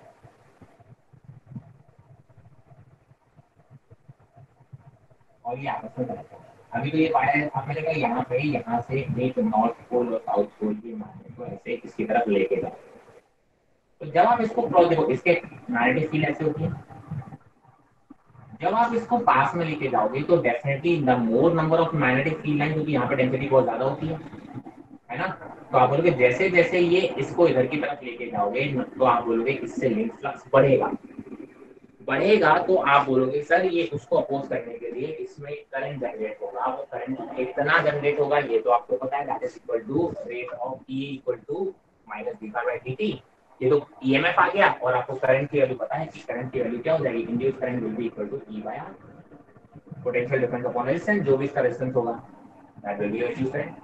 अब वो डायरेक्शन कैसे होगी जरा देखो, मैंने कहा सर वो डायरेक्शन कैसे फाइंड आउट करेगा, देखो आपने बोला ये कॉइल है, this is a coil right, एक ये कॉइल है, ये कॉइल है, यहाँ से आप एक मैग्नेट लेके आ रहे हो, north pole is coming towards the coil, अगर नॉर्थ पोल इधर तरफ आ रहा है तो ये क्या करेगा, नॉर्थ पोल ज्यादा पास आ रहा है तो इसलिए इसके फ्लक्स चेंज होगा, तो ये क्या करेगा, ये ऐसा कुछ करेगा कि ये नॉर्थ पोल को धक्का देता है, अपने कॉज को अपोज करता है।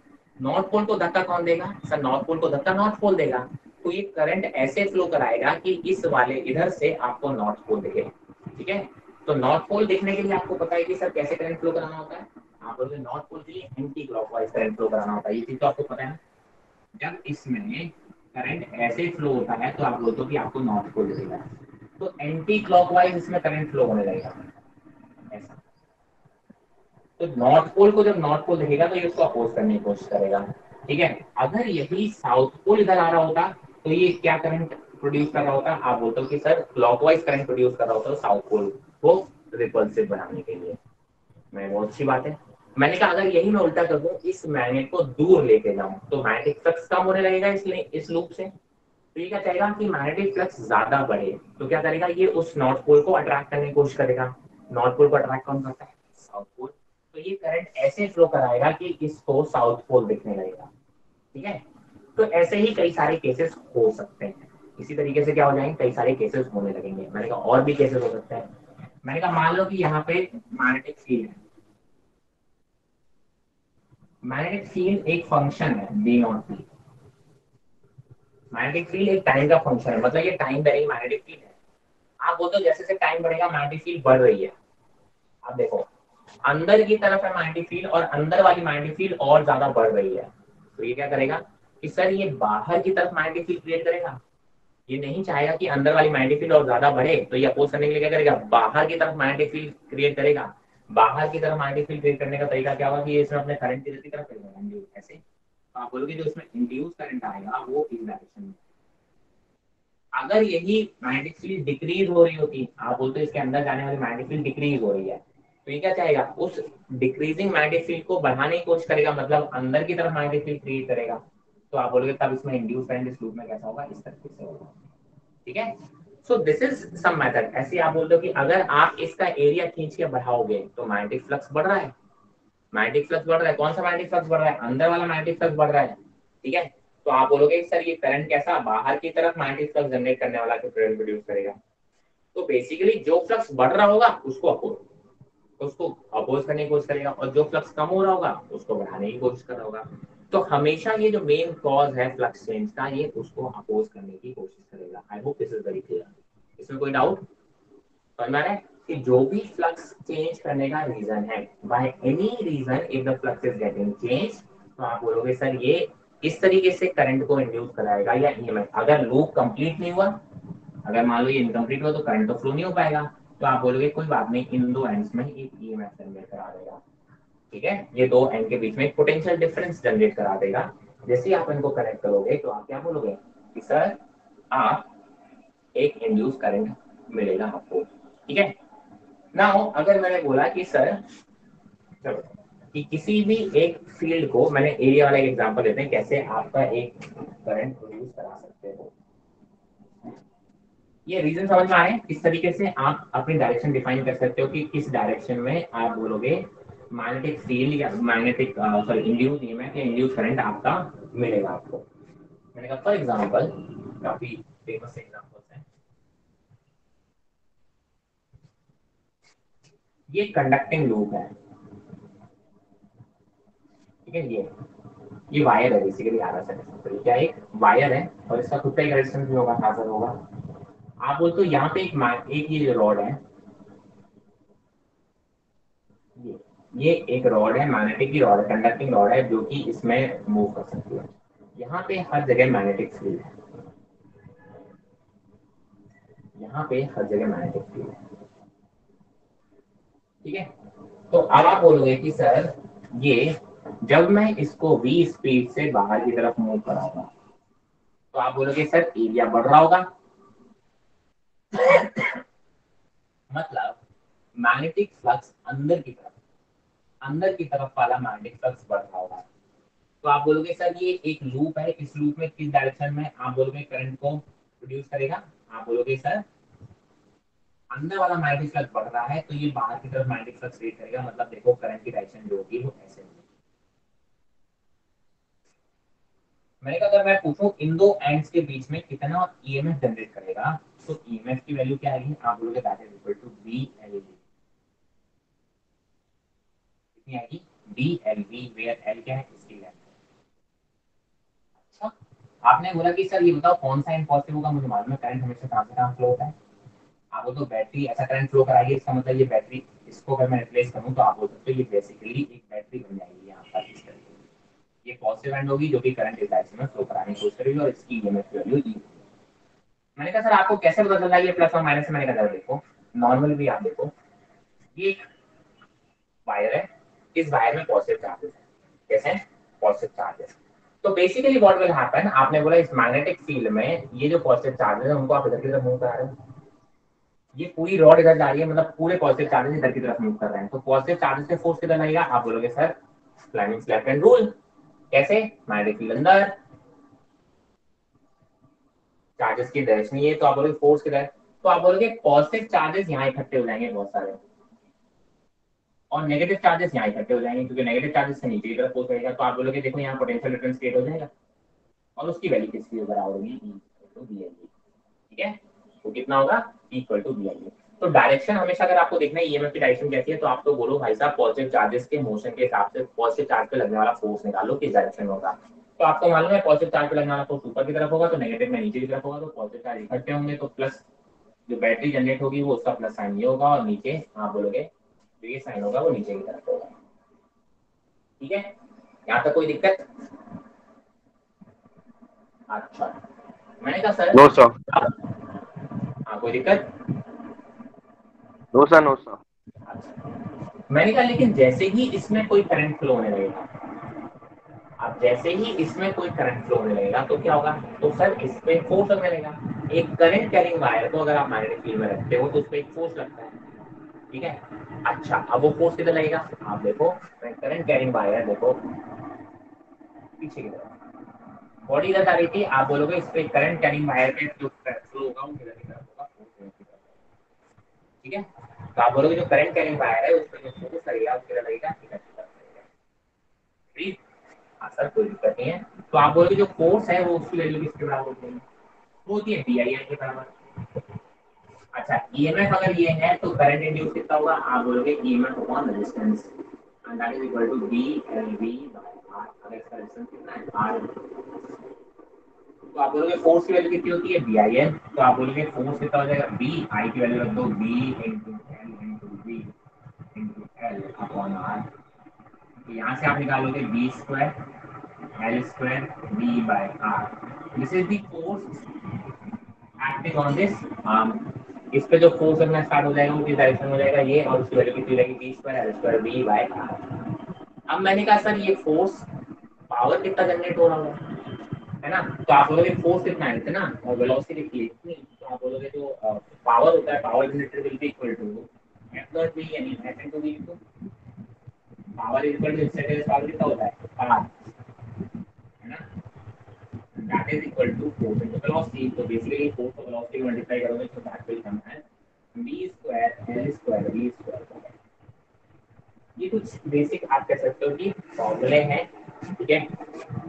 पावर आपको पता चल जाएगा तो आप बोलोगे कितनी हीट जनरेट हो रही है T सेकंड में, ये है पर सेकंड कितनी हीट जनरेट हो रही है, तो आप बोलोगे T सेकंड में कितनी होगी तो T से मल्टीप्लाई कर दोगे।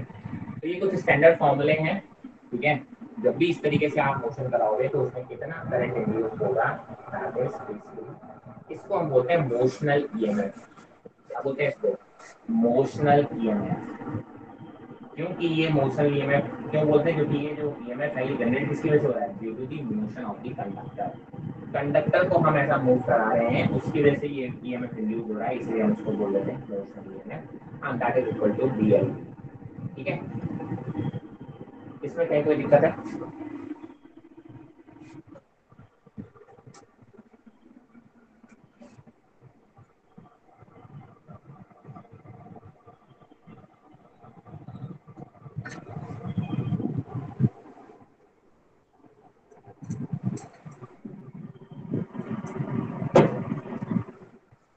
आई hope this is very clear. हाँ जी सर। Yes sir. चलो नाउ हमने कहा सर अगर ये मोशन ऐसा हो रहा है, अगर इसी को रोटेशन करा है तो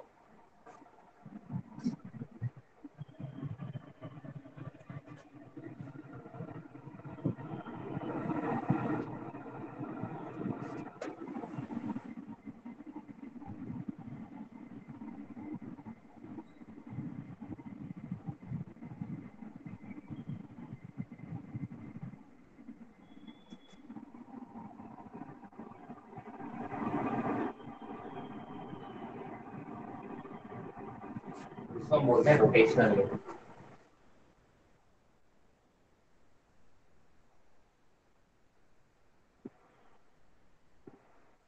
रोटेशनल EMF का मतलब क्या हुआ, मान लो यहाँ पे हर जगह मैग्नेटिक फील्ड है,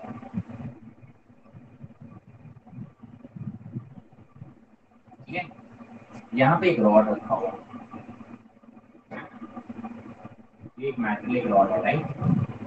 इस रॉड को मैंने यहाँ इसके अबाउट ओमेगा से घुमाना स्टार्ट कर दिया, इसकी length है।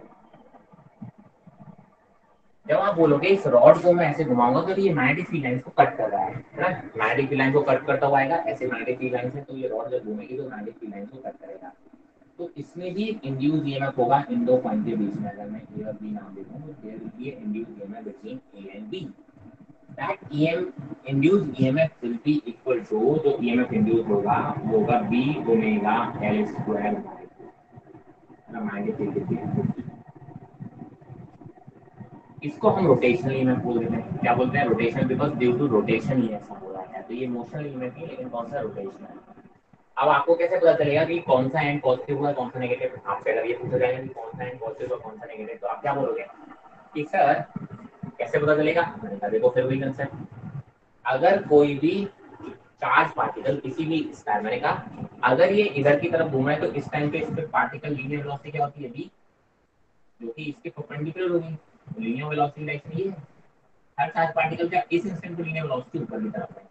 मैंने कहा जरा फोर्स निकालो चार्ज पार्टिकल पे, जब भी आपका मूव कर रहा है तो कितना फोर्स इधर लगता है। मैंने कहा देखो मैग्नेटिक फील्ड कैसी है, अंदर वहां से चार्ज पार्टिकल की डायरेक्शन में वेलोसिटी ऊपर, तो ये देखो फोर्स किधर लगा, इस डायरेक्शन में। दैट मींस जो पॉजिटिव चार्ज है वो किधर की तरफ भागेगा, इधर की तरफ, और नेगेटिव चार्ज किधर भागेगा, इधर की तरफ। तो आप बोलोगे कि सर ए और बी में जो ए है वो इस केस के लिए हायर पोटेंशियल पर होगा और बी जो होगा वो लोअर पोटेंशियल पर होगा। तो अगर आप इसको बैटरी से रिप्लेस करने वाले हो तो वो ऐसी बैटरी शो करेगा। तो ईएमएफ की वैल्यू कितनी होगी, that is equal to B omega L square by 2। और अगर मुझसे कोई डायरेक्शन पूछे कि सर कौन सा एंड पॉजिटिव है कौन सा एंड नेगेटिव है, तो that will be equal to this. ठीक है, तो this is how you can find the direction in the rotational EMF. तो ये बातें थी कुछ मोशनल ईएमएफ की। अब देखो आपने बोला कि सर हर उसमें एक इंडक्टेंस हो रहा है, अब आप बोलोगे सर ऐसे ही कॉइल्स को हम यूज करने वाले हैं। ठीक है, हमारा जो जनरेशन होता है इलेक्ट्रिसिटी का वो भी इसी पे बेस्ड है। होता क्या है वहाँ पे, देखो आपको पता है आपकी जो जनरेशन होती है इलेक्ट्रिसिटी की वो कैसे होती है। वहाँ पे आप बोलते हो चलो जनरेटर देखा होगा, जनरेटर जनरेटर में एक ऐसी ही कॉइल होती है और दो मैग्नेट लगे होते हैं और उन मैग्नेट के बीच में आपने उस कॉइल को घुमाना है बाय यूजिंग एनी मेथड। तो जब मैग्नेटिक बार बार वो घूमेगा, कॉइल घूमेगा तो फ्लक्स को क्या करेगा, वो फ्लक्स को कट करेगा और उस कॉइल में एक इंड्यूस ईएमएफ, यानी कि अगर वो कॉइल क्लोज है तो उसमें एक इंड्यूस करंट जनरेट होगा और वही करंट आपके घर की सप्लाई में मिल जाता है। So this is how the electricity is generated. आपने घर पे जनरेटर देखा है, अगर आपने पुराने टाइम का जनरेटर देखा होगा तो पहले उसको हैंडल से यूं करके घुमाया जाता था। ठीक है, तो उसके अंदर कॉइल होती थी, उसको घुमाया जाता था। तो बेसिकली होता क्या है, आप बोलते हो कि यहाँ पे एक नॉर्थ पोल रखा होता है, यहाँ पे एक साउथ पोल रखा होता है, बड़ी बड़ी मैग्नेट है और इनके बीच में जो मैग्नेटिक फील्ड होगी वो ऐसे होगी, मान लो ये। अब आप क्या बोलोगे कि यहाँ पे आप एक कॉइल रखा हुआ है, ऐसे लूप है और उस लूप को आपने कनेक्ट कर दिया आपने घर की सप्लाई से।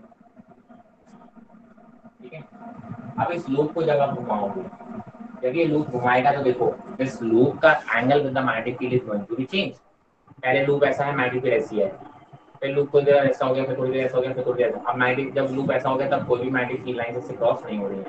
फिर आप कह रहे हो ऐसा घूम गया और ऐसा घूम गया, राइट। तो आप बोलोगे कि सर इस लूप में कंटिन्यूअसली आप बोलते हो कि जब ईएमएफ इंड्यूस आप निकालोगे या अगर रेजिस्टेंस है तो आप बोलोगे ईएमएफ इज इक्वल टू क्या हो जाएगा, D phi by D T, magnitude by E equal to D phi by D T. और आप बोलोगे कि sir I is equal to क्या होता है, डी बाई आर। क्या है, मैं तो ई की बात कर लेता हूँ, ई इज इक्वल टू यहाँ पे क्या हो गया। आप बोलोगे कि सर किसी भी इंस्टेंट पे क्या निकालोगे, सर किसी भी इंस्टेंट पे आप जब ई निकालोगे तो जो ई की वैल्यू आ जाएगी वो बेसिकली क्या हो जाएगा, यहाँ पे B that is B A cos omega T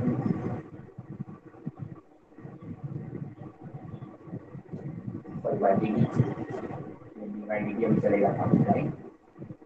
आप बोलोगे that is equal to D by D T of B by B A cos omega T. Magnetic field change नहीं हो रहा है, एरिया चेंज नहीं हो रहा है, तो ओनली चीज क्या हो रही है, कॉस ओमेगा टी वाली टर्म्स चेंज हो रही है, राइट। आप बोलोगे तो बेसिकली अगर यहाँ पे आप सॉल्व करोगे तो ईएमएफ की जो वैल्यू आ जाएगी वो कितनी आ जाएगी, चलो यहाँ पे माइनस साइन ले लो, साथ में कैंसिल आउट हो जाएगा, यहाँ पे क्या रख हैं तो कॉस ओमेगा टी का डिफरेंशिएशन करोगे तो minus of omega B sine इसलिए ईएमएफ, राइट। आप बोलते हो कि अगर नंबर ऑफ टर्न्स, अगर एक कॉइल है अगर उसमें नंबर ऑफ टर्न्स बहुत ज़्यादा है तो यहाँ पे हर जगह एन से मल्टीप्लाई हो जाएगा। तो आप बोलोगे एन बी ए ओमेगा साइन ओमेगा और इसी को हम बोलते हैं मैक्सिमम, तो आप बोलोगे E equal to minus minus plus हो जाता है, तो आप बोलोगे ई नॉट साइन ओमेगा। ये जो ईएमएफ जनरेट हो रहा है वो कैसे, एक साइनोसॉइडल ईएमएफ जनरेट हो रहा है। तो करंट भी कैसे हो, साइनोसॉइडल का मतलब समझ रहे हो सर, ये टाइम के साथ वेरी करेगा, बार बार प्लस माइनस इसीलिए तो ये एसी करंट जनरेट हो रहा है। कैसा इंड्यूस ईएमएफ जनरेट हो रहा है, एसी। तभी तो आपको पता है जनरेटर के थ्रू आप जो जनरेट करते हो वो कौन सी इलेक्ट्रिसिटी होती है, एसी, चेंजिंग, साइनसोइडल वेरिएशन आ रहा है देखो। तो आपको क्या करोगे सर, वो वोल्टेज वैल्यू बढ़ेगी घटेगी बढ़ेगी घटेगी इस तरीके से चलेगी, राइट। तो आप बोलते हो इस तरीके का magnetic electric current, AC electric current वो जनरेट करेगा, ये ईएमएफ है। और अगर आप उससे करंट होगा तो आर से डिवाइड कर दोगे। तो आप बोलते हो this is how electricity is generated by using the induced EMF वाला कंसेप्ट, ठीक है। तो आप बोलते हो कि जो आपका जनरेटर है, मेन जनरेटर भी इसी तरीके से काम करता है, ठीक है। कोई दिक्कत? हाँ या ना? तो sir no sir. Oh, it's too hot here. चलिए then आगे बढ़ते हैं। Now there are two terms called self-induction.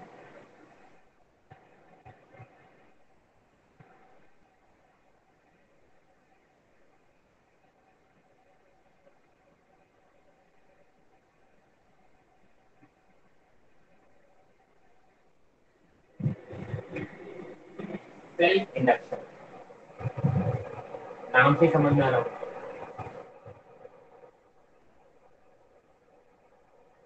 खुद में ही induction, that is called induction. मतलब आप खुद में ही इंडक्शन करोगे।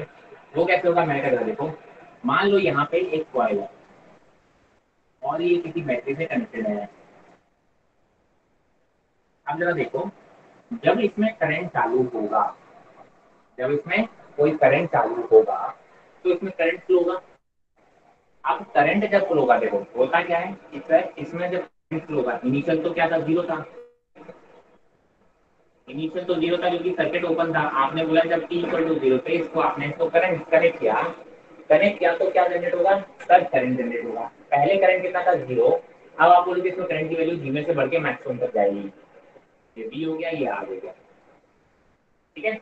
तो आप बोलोगे जैसे ही आई की वैल्यू बढ़ेगी तो क्या होगा सर, इसमें आई फ्लो होगा, आई फ्लो होगा तो ये एक मैग्नेटिक फील्ड क्रिएट करेगा। क्या क्रिएट करेगा, मैग्नेटिक फील्ड।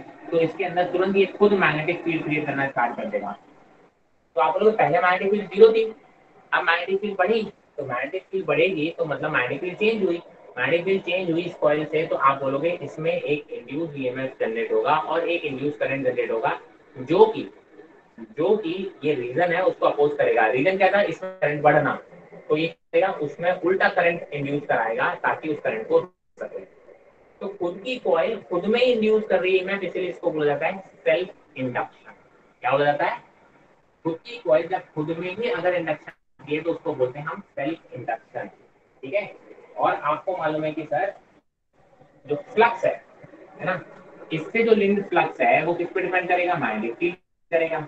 और मैग्नेटिक फील्ड किस पे डिपेंड करती है, मैग्नेटिक फील्ड से जितना करंट होगा उसमें जितना ज्यादा करंट होगा वो उतना ही ज्यादा मैग्नेटिक फील्ड क्रिएट करेगा, that we have already study, है ना। एक करंट करेंट लो कितना मैग्नेटिक फील्ड क्रिएट कर सकती है, दैट डिपेंड्स ऑन।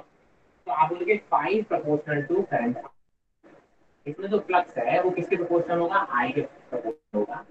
तो आप बोलोगे कि जो फ्लक्स होगा तो बेसिकली जो proportionality constant है, ठीक है, a proportionality constant is called L, self induction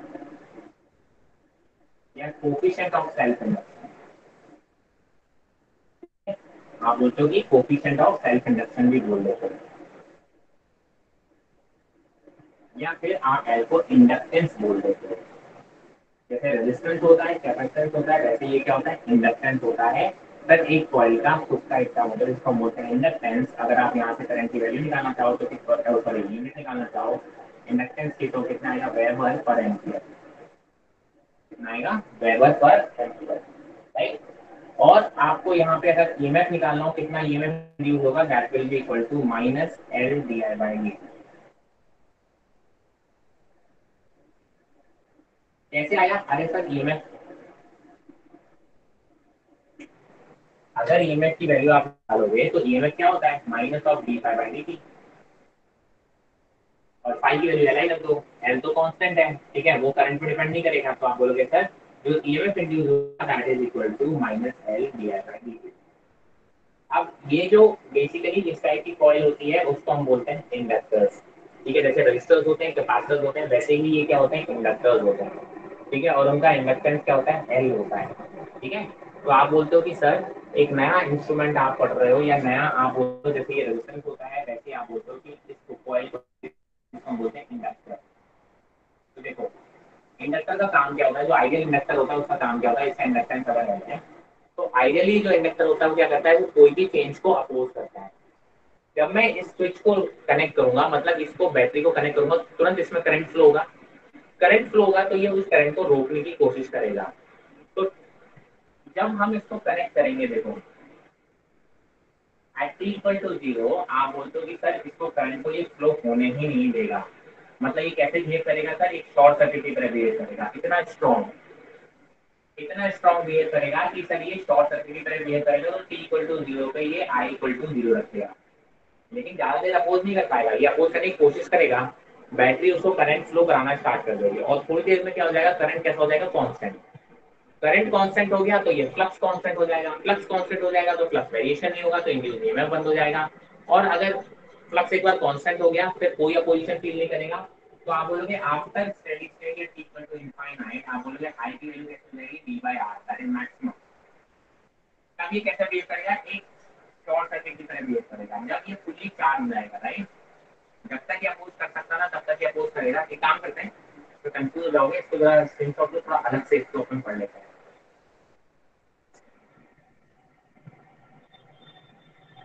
ठीक है, इसके बारे में थोड़ी सी बातें को अलग से कर लेते हैं, ज्यादा बेटर रहेगा।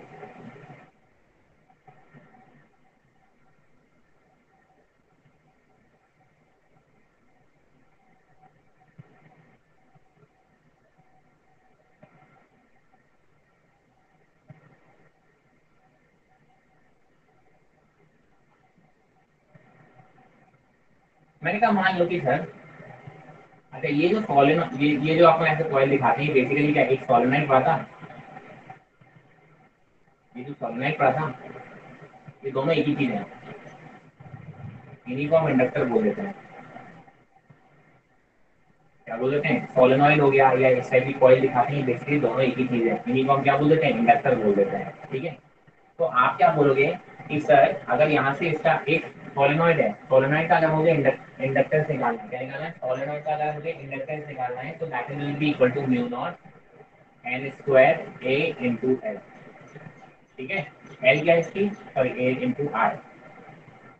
ठीक है, आई क्या है, इसका करंट है, इससे कितना करंट फ्लो हो रहा है, ए एरिया ऑफ क्रॉस सेक्शन है, एन क्या number of turns per unit length, number of turns per, ये सब पता है, ये हम सोलेनॉइड में पढ़ चुके हैं, अपॉन लेंथ। तो अगर किसी सोलेनॉइड का इंडक्टेंस निकालना है तो that will be equal to mu not N square A into I. Into I है कि एल है, एल है, डायमेंशन बड़े बड़े है, ठीक है, एल है। ठीक है, तो आप बोलोगे sir that is equal to mu not N square A into L, ये होता है एक सोलेनॉइड का एल। तो आप बोलते हो कि सर अब जब मैं इसको कनेक्ट करूंगा, तो आप बोलते हो कि सर यहाँ पे ये आर है, ये एल है, और ये बैटरी है। टी इक्वल टू जीरो पे जैसे आप इसको कनेक्ट करोगे, तो इनिशियली तो ये पूरा दम लगा देगा, इनिशियली तो कोई करंट फ्लो होने ही नहीं देगा। तो आप बोलोगे जैसे ही आप इसको कनेक्ट करोगे, आप बोलोगे सर्किट में जो करंट होगा वो कितना होगा, जीरो होगा।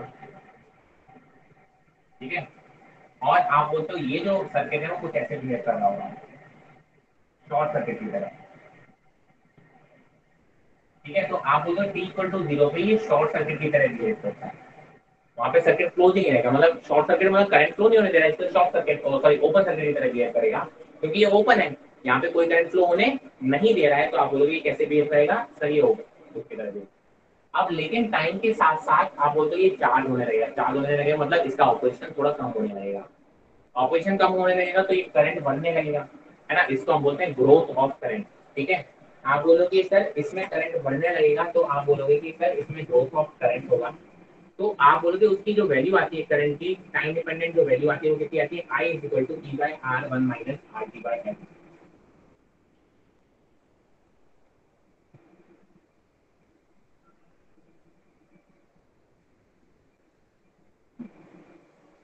किसी भी टाइम पे आप बोलोगे जो करंट आएगा, ठीक है, वो कितना होगा आप बोलोगे। अब टी की अलग वैल्यू रखो, जैसे ही आप टी की वैल्यू 0 रखोगे तो e की पावर 0 इज 1, तो 1 माइनस 1 इज 0, तो आई की वैल्यू क्या रहेगी। जब टी की वैल्यू इनफाइनाइट हो जाएगी तब आप बोलोगे आई की वैल्यू मैक्सिमम हो जाएगी, और आप बोलोगे कि सर वो कितनी हो जाएगी ई बाय आर। तब ये शॉर्ट सर्किट की तरह बिहेव करेगा। जब ये पूरा चार्ज हो जाएगा, ये जो इंडक्टर है ये पूरा चार्ज हो जाएगा, तब आप बोलोगे ये शॉर्ट सर्किट की तरह बिहेव करने लगेगा। तब आप बोलोगे देखो इसके अक्रॉस कोई भी पोटेंशियल ड्रॉप नहीं होगा, जो कुछ ड्रॉप होगा वो इसके अक्रॉस होगा। तो ये चीजें दो इंपॉर्टेंट है कि सर एल कैसे बिहेव करता है, यहाँ पे ओपन सर्किट की तरह बिहेव करता है, और टी इक्वल टू इनफाइनाइट पे आप लोग आई की वैल्यू कैसी होती है ई बाई आर की, मतलब मैक्सिमम होती है, और एल जो है वो शॉर्ट सर्किट की तरह, मतलब एक वायर की तरह बिहेव करता है, एक नॉर्मल वायर की तरह बिहेव करता है। इन बिटवीन ये बोलता है कि करंट ये बहुत तेज होता है ना, ये बहुत तेजी से ये करंट चेंज हो गया मैक्सिमम हो जाता है, आपको पता भी नहीं चलेगा। ये इंडक्टर आपको पता कहाँ लगा, पुरानी ट्यूबलाइट में लगा होता था। ट्यूबलाइट पुरानी वाली कैसे चलती थी, धीमे से एकदम पे तेज चलती थी, राइट। तो बेसिकली क्या होता था, पहला करंट 0 था, लेकिन धीमे धीमे करके करंट होकर मैक्सिमम हो जाता था, फिर इंडक्टर का काम बंद हो जाता था। फिर आप उसको बंद करते थे तो आपने देखा इसके करंट स्लो के एकदम से ट्यूबलाइट बंद हो गई थी। पुरानी ट्यूबलाइट अगर किसी ने देखी हो तो उसमें ये काम करता था। तो पहले तो इसको हम बोलते हैं growth of current, charging of inductor. अब क्या होगा, अब आप उसको क्या करोगे, इसमें दो तीन चीजें और हैं, ठीक है। आप बोलते हो कि इसमें जो आर बाई एल है, ये जो आर बाई एल है उसको हम क्या बोलते हैं, tau. Tau is L by R, इसको हम बोलते हैं time constant of inductor. L by R एक रेशियो होता है, इसको हम बोलते हैं टाइम कांस्टेंट, इसकी यूनिट टाइम के बराबर होगी। टाइम कांस्टेंट का मतलब क्या होता है कि देखो, इसका अगर मैं ग्राफ बनाऊं आई का और टाइम का, इनिशियली तो ये करंट ऐसे आके कांस्टेंट हो जाएगा। तो आप बोलते हो कि सर ये मैक्सिमम वैल्यू है, ये आई मैक्स है, तो आप बोलोगे जितने टाइम में सर ये अपनी वैल्यू का मैक्सिमम वैल्यू का 63% चार्ज हो जाए, मतलब आई की वैल्यू 63%, मतलब ये 0.63 आई एम हो जाए, this time is called time constant. Current की मैक्सिमम वैल्यू ये है, आप बोलते हो कि जितने टाइम में वो 63% टाइम की वैल्यू को, वो करंट की वैल्यू को अचीव कर ले, उस टाइम को हम बोलते हैं टाइम कांस्टेंट, और उस टाइम कांस्टेंट की वैल्यू निकल के आती है एल बाय आर से। ठीक है, आप बोलोगे जितनी देर में आप 63% ऑफ दी मैक्सिमम करंट आप अचीव कर लो। ये तो हुआ चार्जिंग ऑफ अ इंडक्टर। जैसे चार्जिंग ऑफ कैपेसिटर होता था, ऐसे ये चार्जिंग ऑफ इंडक्टर है। अब इंडक्टर चार्ज हो गया, इसमें एक एनर्जी स्टोर हो गई, अब करंट कांस्टेंट हो गया, कोई अपोजिशन नहीं होगा। लेकिन जैसे ही आप इसको ओपन करोगे, क्या करोगे, इसको ओपन करोगे तो डिस्चार्जिंग होगा। अब करंट एकदम से क्या होना चाहिए, 0 होना चाहिए। जब करंट 0 होना चाहेगा, ठीक है, देखो अगर कोई इसके क्रॉस किसी भी टाइम पे पोटेंशियल ड्रॉप पूछेगा तो वो कितना आएगा, L V I by D T आएगा, ध्यान रखेंगे इस चीज को। हाँ, मैंने कहा डिस्चार्ज, देखो जैसे ही करंट इसमें 0 होना चाहेगा, ये क्या लगेगा, भाई साहब करंट 0 नहीं करो, करंट जैसा फ्लो हो रहा है वैसा ही फ्लो कराते रहने की कोशिश करेगा। तो इसके अंदर जो एनर्जी इसने स्टोर की है उसकी हेल्प से ये उसी डायरेक्शन में करंट को फ्लो कराने की कोशिश करेगा। कब तक, जब तक कि उसकी खुद की एनर्जी लॉस नहीं हो जाती। तो आप बोलोगे जब उसको बंद करते हो तो अचानक से करंट 0 नहीं होने देता, वो करंट को 0 होते होते होते होने देता है। ठीक है, उसको हम देखिए ऑफ करंट या डिस्चार्जिंग हम बोलते हैं। जब हम इसको अब ओपन करेंगे, इसको ओपन करेंगे तो इसी डायरेक्शन में करंट को फ्लो कराता रहेगा। तो अगर हम अब डिस्चार्जिंग की बात करें तो टी इक्वल टू 0 पे करंट मैक्सिमम था, करंट ऐसे ही फ्लो हो रहा था टी इक्वल टू 0 पे। अब मैंने स्विच ऑन किया तो ये करंट ऐसा ही फ्लो होता रहेगा अप टू सम टाइम, और काफी देर बाद जाके क्या होगा, काफी देर बाद जाके, तो आप बोलो किसी भी टाइम टी पर जो करंट की वैल्यू आएगी वो आएगी ई बाय आर, ई की power minus R by L into t. और टी जा रहा है जब इनफाइनाइट हो जाएगा तब जाके आई की वैल्यू कितनी होगी, 0 होगी। ठीक है, इसको हम बोलते हैं डिके ऑफ करंट। इसका जो ग्राफ बनेगा डिके ऑफ करंट या डिस्चार्जिंग का, वो ग्राफ ऐसा बनेगा, आई और टी एक मैक्सिमम वैल्यू थी, के बाद ये एक्सपोनेंशियली 0 होगा। इसको हम बोलते हैं डिके ऑफ करंट। जब 63% करंट लूज हो चुका होगा, मतलब कितना बचा होगा, 0.37%, राइट, 37%।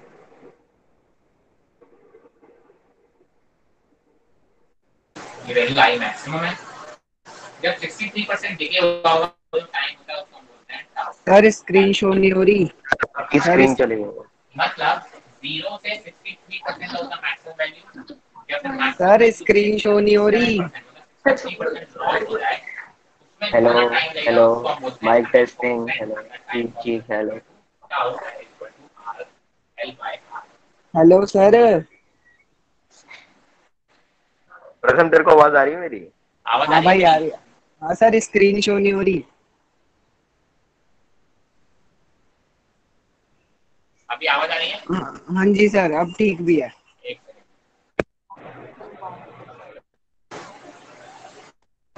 हाँ, नाउ वॉइस इज क्लियर। हाँ जी सर क्लियर। ठीक है।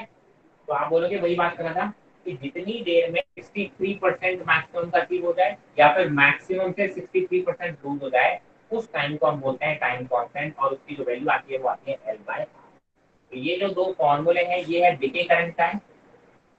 जब करंट लूज हो रहा है इसको हम डिके ऑफ करंट भी बोल देते हैं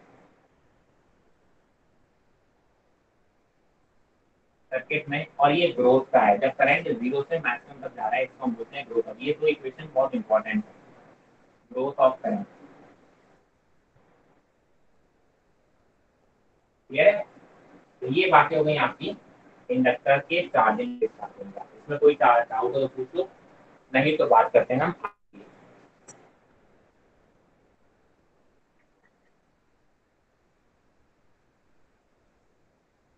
सर डिस्चार्जिंग में 37 है। 63% लूज हो जाएगा तो कितना बचेगा? 37% ना। तो हाँ जी। 0.37 times of I, I nought. Okay sir.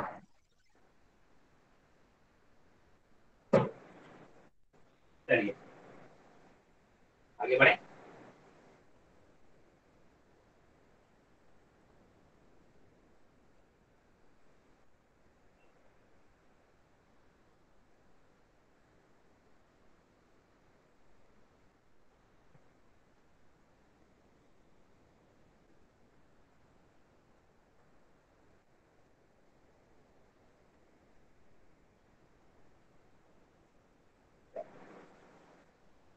मैंने कहा now we are going to talk about energy stored in the inductor. यदि कैपेसिटर में एनर्जी स्टोर होती थी तो आप बोलोगे कि sir energy stored in inductor, कितनी एनर्जी स्टोर होती है? ठीक है, that is equal to half L I square. अगर उससे आई करंट फ्लो हो रहा है तो आप बोलोगे कितनी एनर्जी उसमें स्टोर होगी? That is equal to half L I square. अच्छा, कैपेसिटर में किस फॉर्म में एनर्जी स्टोर होती है? दैट इज इलेक्ट्रिक फील्ड के फॉर्म में। किस फॉर्म में स्टोर होती है? इलेक्ट्रिक फील्ड के फॉर्म में। आप बोलते हो कि इंडक्टर में किस फॉर्म में स्टोर होती है? That is in the form of magnetic field. ठीक है, तो ये दो चीजें ध्यान रखना, कैपेसिटर में इलेक्ट्रिक फील्ड के फॉर्म में स्टोर होती है और इलेक्ट्रिक फील्ड के फॉर्म में स्टोर होती है, और इंडक्टर में मैग्नेटिक फील्ड के फॉर्म में स्टोर होती है। ठीक है, अब हम बात करने वाले हैं ऑसिलेटर, एलसी ऑसिलेटर। एलसी काफी इंपॉर्टेंट है, इससे टॉपिक से क्वेश्चन आ चुके हैं। देखो एलसी ऑसिलेटर क्या होता है। आपने बोला कि सर बेसिकली एक कैपेसिटर लिया और एक इंडक्टर लिया और उनको आपस में कनेक्ट कर दिया। मान लो कि सर इस पे ऑलरेडी चार्ज कैपेसिटर था ये, और इंडक्टर कैसा था? डिस्चार्ज था। ठीक है, एक चार्ज कैपेसिटर लिया और उसको हमने कनेक्ट कर दिया एक इंडक्टर से। तो जैसे ही हम इसको सर्किट को कंप्लीट करेंगे तो ये एक ऑसिलेटर की तरह एक्ट करेगा। ऑसिलेटर मतलब जानते हो? जीरो मैक्सिमम, फिर जीरो, फिर मिनिमम, फिर जीरो, फिर मैक्सिमम, मतलब ऑसिलेशन करेगा, राइट?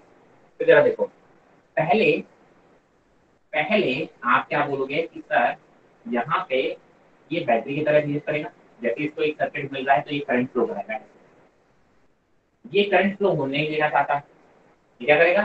सर मैं करंट फ्लो होने दूंगा। तो ये क्या करेगा? सर ये करंट को रोकने की कोशिश करेगा। तो आप बोलोगे कि सर ये करंट को अपोज करने की कोशिश करेगा, लेकिन ये करंट फ्लो होता रहेगा। तो करंट की वैल्यू धीमे धीमे करके मैक्सिमम तक पहुंचेगी। अब जब ये वैल्यू मैक्सिमम पहुंच जाएगी, करंट की वैल्यू आप बोलोगे कैसा हो जाएगा? मैक्सिमम तक पहुंचेगी। करंट जब मैक्सिमम बोलोगे आप बोलोगे उसके बाद ये क्या होगा? ये डिस्चार्ज होने लगेगा ना। जब करंट मैक्सिमम होगा तब ये फुल्ली चार्ज हो चुका होगा और ये फुल्ली डिस्चार्ज हो चुका होगा। ध्यान से सुनना, जब ये करंट इसमें मैक्सिमम फ्लो करा देगा तब ये फुल्ली चार्ज हो गया होगा, ये फुल्ली डिस्चार्ज हो गया होगा। अब एनर्जी किसके पास ज्यादा है? इसके पास ज्यादा है। किसके पास ज्यादा है? इसके पास ज्यादा है। तो अब कैपेसिटर बोलता है मेरे पास एनर्जी खत्म, मैं करंट को जीरो कर दे रहा हूँ। ये बोलेगा भाई साहब पहले तो तुम करंट फ्लो करा रहे थे, मैं अपोज कर रहा था, अब तुम करंट को रोक रहे हो। तो बोलता है मैं करंट फ्लो कराऊंगा। तो अब ये इसी डायरेक्शन में करंट को, देखो करंट सेटअप हो गया था ना, तो अब ये इसी डायरेक्शन में करंट को फ्लो कराने लगेगा। तो ये पॉजिटिव चार्ज, पहले देखो पॉजिटिव चार्ज था, थोड़ी देर बाद कैसा हो जाएगा, ये जीरो हो जाएगा, ये जीरो हो गया। अब करंट तो लेकिन यहाँ सेटअप हो चुका था ना, तो अब एंगल भाई साहब मैं वो करंट जीरो होने नहीं दूंगा, ये इसी डायरेक्शन में और करंट फ्लो कराता रहेगा क्योंकि अब इसके पास एनर्जी आ गई है। तो जब ये और करंट फ्लो कराएगा तो कब तक कराएगा? जब तक ये कैपेसिटर चार्ज हो। कैपेसिटर चार्ज हो जाएगा तो प्लस क्यू इधर आ जाएगा, माइनस क्यू इधर आ जाएगा। अब ऐसा करने में ये इंडक्टर डिस्चार्ज हो चुका होगा। अब ये इंडक्टर डिस्चार्ज हो गया होगा तो अब इंडक्टर के पास करंट फ्लो कराने की नहीं है, लेकिन अब ये इसी की तरह काम करने लगेगा। तो अब ये किधर, इस डायरेक्शन में करंट फ्लो कराना स्टार्ट करेगा, तो ये फिर अपोज करेगा। ठीक है, तो ये फिर अपोज करेगा, तो ये फिर चार्ज होगा, ये डिस्चार्ज होगा, तभी करंट आगे इधर की तरफ फ्लो कराएगा। तो देखो वापस से ये इस स्टेज पर पहुंचेगा और फिर ये वापस से स्टेज रिपीट होने लगेगी। तो आप देखोगे ये बार बार ये डिस्चार्ज होगा, ये डिस्चार्ज होगा, ये जब चार्ज होगा तो ये डिस्चार्ज होगा, फिर ये चार्ज होगा तो ये डिस्चार्ज होगा, फिर ये डिस्चार्ज होगा तो ये चार्ज होगा। और इसी तरीके से अगर कोई और एनर्जी लॉस नहीं होगा तो आप क्या बोलोगे कि सर इसी तरीके से ये काम चलता रहेगा। इसीलिए हम इसको बोलते हैं एलसी ऑसिलेटर। क्या बोलते हैं इसको? LC oscillator. किस फ्रीक्वेंसी से ये ऑसिलेशन हो रहा होगा उस फ्रीक्वेंसी को हम बोलते हैं omega is equal to 1 upon under root of LC. F की बात करें तो 1 upon 2 pi under root of LC. इसकी जो फ्रीक्वेंसी ऑफ ऑसिलेशन होगी वो ये होगी frequency of oscillation will be this. अब इस पे क्वेश्चन कैसे पूछ देते हैं? मैंने कहा सर इसमें ऐसे बोल देते इनिशियल एनर्जी कितनी थी? हाँ, क्यू स्क्वायर सर बाई, इसमें एनर्जी लॉस होती है? नहीं हम मान के चलते हैं इसमें एनर्जी लॉस नहीं हो रहा है, तभी ऑसिलेट करेगा, नहीं तो थोड़ी देर रुक जाएगा ना, सारा एनर्जी खत्म हो जाएगा। हम तो ये मानते हैं कैपेसिटर की एनर्जी इंडक्टर में जाएगी, इंडक्टर की एनर्जी कैपेसिटर में आएगी, कैपेसिटर की एनर्जी इंडक्टर में जाएगी, बस यही चलता रहेगा। एनर्जी लॉस आएगा तो फिर थोड़ी देर बाद ये बंद हो जाएगा। तो आप बोलते हो कि ओके। सर इनिशियल इनिशियल कितनी एनर्जी थी? इतनी। तो हमेशा हर स्टेज पे एनर्जी की वैल्यू इतनी रहेगी।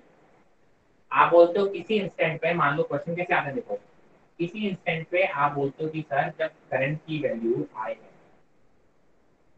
तब इसका जो चार्ज है वो क्यू हो चुका है, ये प्लस क्यू हो गया, माइनस क्यू हो गया। और आप बोलते हो कि सर इसका एल है, तो आप बोलते हो कि सर इसमें आई और क्यू में रिलेशन बना रहेगा, क्यू की वैल्यू क्यू बाई टू हो गया, कितना हो गया? Q by to. तो बताओ आई की वैल्यू कितनी होगी? बोलोगे सर इस टाइम पे जो एनर्जी है दोनों की मिला के वो अभी भी इनिशियल एनर्जी के बराबर होनी चाहिए। इनिशियल एनर्जी कितनी थी? Q square by two C. इसमें अभी भी एनर्जी कितनी है? Q by two square by two C. और इसमें एनर्जी कितनी है? Half L I square. ठीक है, तो आप यहाँ से आई निकाल पाओगे। तो इस टाइप के क्वेश्चन पूछे जाते हैं कि जब ये 1/4 इसका रह गया तब इसमें करंट कितना है, या करंट की वैल्यू दे दी जाएगी तो बताओ इस पर चार्ज कितना रह गया। तो आपको बेसिक कंसेप्ट क्या लगाना है, किसी भी इंस्टेंट पे जो टोटल एनर्जी होगी दोनों की, दैट विल बी, उसका सम जो होगा that will be the initial energy of the system. Energy conservation वाला ही फंडा हमेशा हम हमेशा लगाएंगे, इस पे बेस्ड क्वेश्चन पूछे गए हैं कई बार। क्लियर है ये बात? Yes sir. कोई दिक्कत? चलिए ठीक है, इसी को हम बोलते हैं oscillator. Next is mutual induction. Important है बेटा,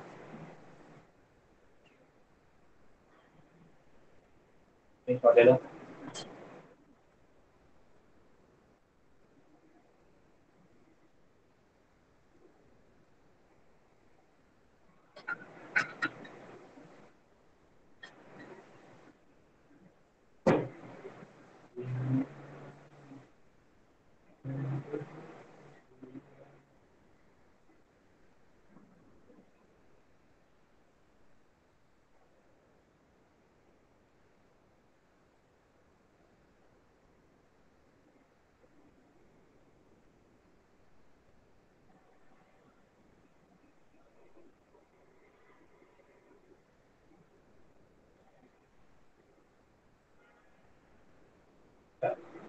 ये तो सेल्फ इंडक्शन की बात हो रही थी।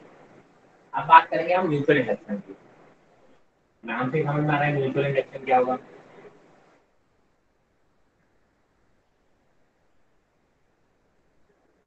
यहाँ पे दो कॉइल होंगी,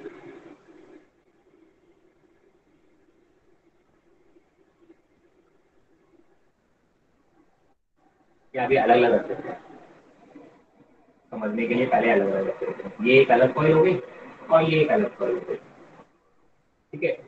इसका अगर L1 मान लेते हैं, इसका L2।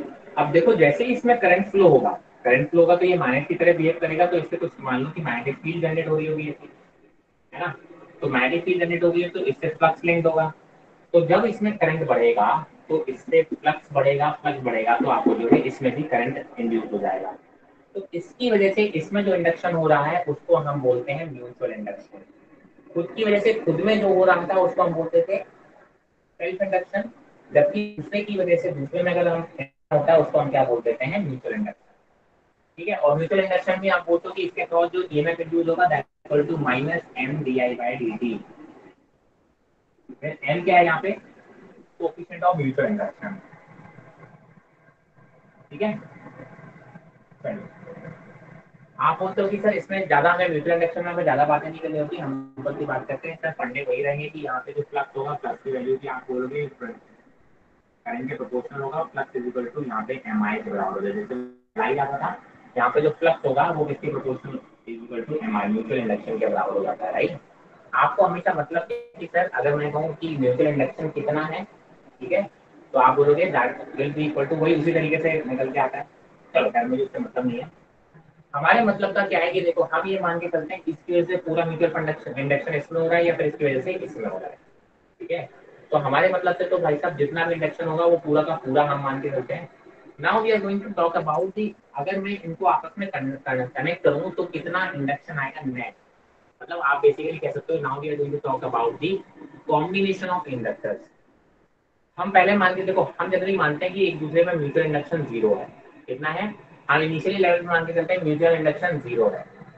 अगर म्यूचुअल इंडक्शन जीरो होगा तो कितना होगा, और अगर म्यूचुअल इंडक्शन हमें कंसिडर करें तो इनमें कॉम्बिनेशन कितना होगा।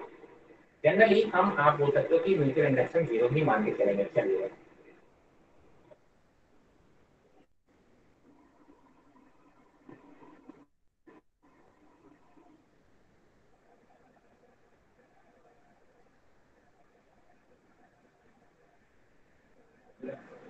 मैंने कहा मान लो कि सर सीरीज कॉम्बिनेशन की बात करें,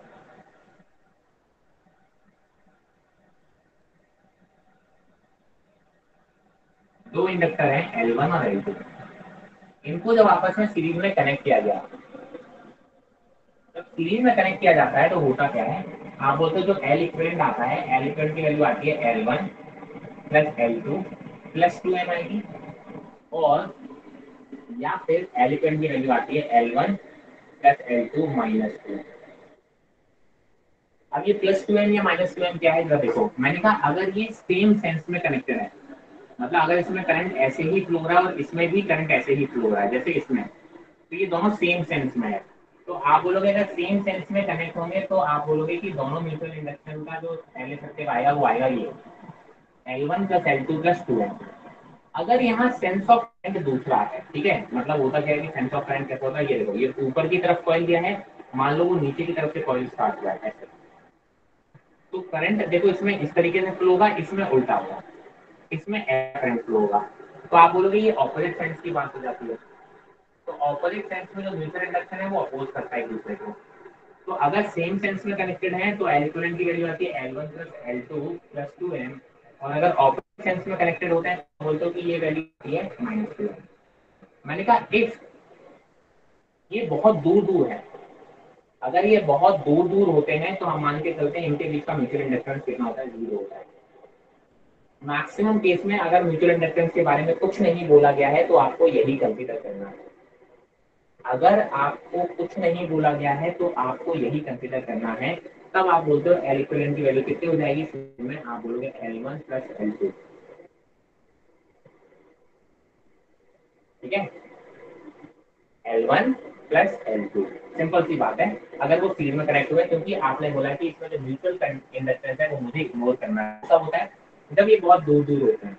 और इन शॉर्ट हमारे क्वेश्चन में अगर उन्होंने कुछ भी नहीं बोला है कि सर इनकी डिस्टेंस ज्यादा है कम है, तो हम इनको दूर दूर ही मान के चलेंगे। क्लियर? जी सर। मैंने कहा आप बात हाँ जी करेंगे। सर। हाँ, कोई दिक्कत है? No sir. चलो, हम मान के चलेंगे पैरेलल कॉम्बिनेशन की बात करेंगे। किसकी बात करेंगे हम? पैरेलल कॉम्बिनेशन की बात करेंगे।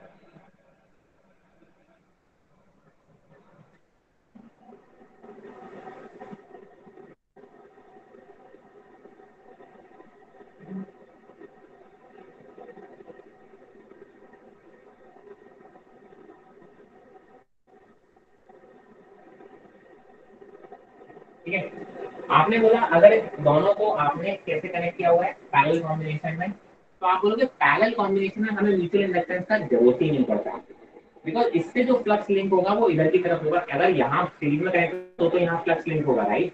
आप बोलते हो कि सर इंडक्टेंस में आपको अगर पता हो, सोलेनोइड में हमने पढ़ा था कि सोलेनोइड में जो कुछ मैग्नेटिक फील्ड होता है वो अलोंग द एक्सिस होता है, और आउटसाइड इलेक्ट्रिक जो इधर इस वाले रीजन में मैग्नेटिक फील्ड ऑलमोस्ट जीरो होता है।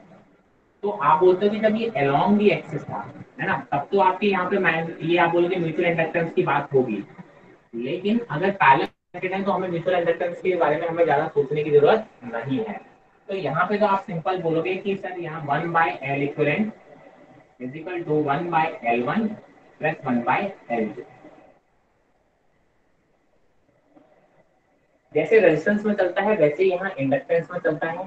ठीक है कि पैरेलल पैरेलल सीरीज में आपको अगर कनेक्ट करना है तो इसी तरीके से आप कर सकते हो, L2 आप यहाँ से निकाल सकते हो। तो सिंपल सी बात है, सीरीज में आपको L1 प्लस L2 लेके चलना है, पैरेलल में आपको 1/L1 प्लस 1/L2 लेके चलना है। ठीक है, म्यूचुअल इंडक्टेंस का अगर M की वैल्यू निकालने का अगर वैसे फॉर्मूला दर होता है वो भी आप थोड़ा सा रखो कि म्यूचुअल इंडक्टेंस का फॉर्मूला क्या होता है। M की वैल्यू किसके बराबर होती है? A under root of L1 plus L2 etcetera. ये जो K होता है इसको हम कपलिंग कांस्टेंट बोलते हैं। क्या बोलते हैं? Coupling constant. कपलिंग मतलब वो कितना अच्छे से कपल है। हम मान के चलते हैं कि इसका फ्लक्स पूरा का पूरा इससे लिंक्ड है, तो बोलते हो कि K की वैल्यू 1 ले लेते हैं। मैक्सिमम वैल्यू K की वैल्यू कितनी होती है? जब आप बोलते हो कि भाई पूरा का पूरा फ्लक्स एक दूसरे से लिंक है, इसका जितना फ्लक्स जनरेट हो रहा है वो इससे पूरा का पूरा लिंक है, तो हम K की वैल्यू क्या ले लेते हैं? 1 ले लेते हैं। तो आप बोलते हो तब आप M की वैल्यू कितना ले लेते हो? √L1। तो आपको हम सर ये 50% एक दूसरे से लिंक्ड है, 20% लिंक्ड है, 25% लिंक्ड है, तो K की वैल्यू कैसे हो जाएगी? 0.5, 0.25, 0.20। ठीक है, बट हमें अगर कुछ नहीं बोला गया तो आप मान के चलना K की वैल्यू कैसी है? 1। तो वैल्यू कैसी है? 1। इसका मतलब पूरा का पूरा आप बोलते हो कि जो फ्लक्स है वो एक दूसरे से लिंक्ड है। Is it clear? Any doubt? Sir M की वैल्यू है पैरेलल कॉम्बिनेशन के लिए या ओवरऑल के लिए? सीरीज के लिए ये आएगी ना, हाँ तो मैं भी। पहले से तो मुझे चाहिए ही ना। क्या सर पैरेलल के लिए है? क्या हो गया बेटा? सर ये M की वैल्यू पैरेलल कॉम्बिनेशन के लिए या ओवरऑल निकाल सकते हैं? बेटा ये पैरेलल मुझे एम चाहिए ही ना, सीरीज के लिए चाहिए थी ना एम। हाँ जी सर। हाँ जी सर। पैरेलल के तो हम मान के चलते हैं कि उनका फ्लक्स एक दूसरे से काफी ज्यादा है, तो वो लिंक नहीं। तो हम जो लिंक मानते हैं वो सीरीज में ही लिंक मानेंगे। और सर ये जो ठीक K है, का वैल्यू 1 लेना है, जब K के बारे में कुछ देना रखो तब K लेना है की ना? वैल्यू 1 या तो उसमें देखो गिवन होगा कि सर मैक्सिमम क्या होगा, गिवन दोनों का पूरा फ्लक्स लिंक्ड है, और अगर कुछ भी नहीं गिवन है तो फिर K की वैल्यू 1 ले लेना। ठीक है सर। ठीक है, अगर 50% लिंक्ड है तो K की वैल्यू 0.5 ले लेना। अगर बोले कि 25% एक दूसरे से लिंक्ड है तो 0.25 ले लेना। वो गिवन होगा, नहीं गिवन होगा तो आप इसको डायरेक्टली बोलो कि सिंपल K की वैल्यू मैंने 1 ले ली, मैंने मान लिया कि 100% फ्लक्स इसका और इसका आपस में लिंक्ड है। क्लियर है? तो this is all about EMI। And इसमें थोड़ा सा ट्रांसफार्मर के बारे में और बात कर लेते हैं, एंड देन विल मूव और finish this chapter. Right, transformer क्या होता है?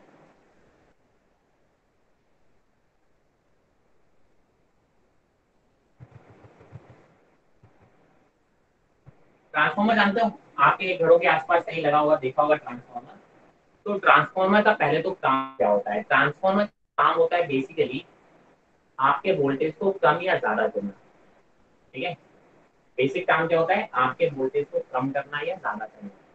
अब होता क्या है, जहां पे जनरेट हो रही है इलेक्ट्रिसिटी पावर प्लांट पे, वहां से यहाँ लाने में हम बहुत हाई वोल्टेज पे, अगर आपको तो हम बहुत हाई वोल्टेज पे लेके आते हैं। तो पहले तो जो जनरेट हो रही है उसको हाई वोल्टेज में कन्वर्ट करने के लिए वहां पे ट्रांसफार्मर लगता है पावर प्लांट में, उसको हम बोलते हैं स्टेप अप ट्रांसफार्मर। जो वोल्टेज को बढ़ाने की कोशिश करे उसको हम बोलते हैं स्टेप अप ट्रांसफार्मर। ठीक है, और आप बोलते हैं दूसरा क्या होता है, जहां पे अपने घर पे अब वो 11 केवी की वो लाइन आती है, देखिए 11 केवी, वो जो 11 केवी की लाइन अपने घरों के पास आती है, तो अब 11 केवी तो अपने घरों में नहीं कर दोगे ना, हमें तो 220 वोल्ट चाहिए। आपके घरों के पास में ट्रांसफार्मर लगा होता है, वो उस हाई वोल्टेज को कम करके आपके 220 में कन्वर्ट करते हैं। तो इसीलिए अपने यहाँ जो ट्रांसफार्मर लगते हैं उनको हम बोलते हैं step down transformer. So there are basically two types of transformer: step up to increase the voltage and the step down to decrease the voltage. ठीक है, अब जरा हम इनकी थोड़ी सी बेसिक बेसिक हम बात करें, ये किस पे बेस्ड होते हैं, ये म्यूचुअल इंडक्शन पे बेस्ड होते हैं। किस पे बेस्ड होते हैं, म्यूचुअल इंडक्शन पे। आपने बोला देखो ये इस टाइप का एक आर्मेचर होता है, यहाँ पे कॉइल कनेक्टेड होगा और यहाँ पे एक कॉइल कनेक्टेड होगा। ये है प्राइमरी साइड, इसको हम बोलते हैं प्राइमरी साइड।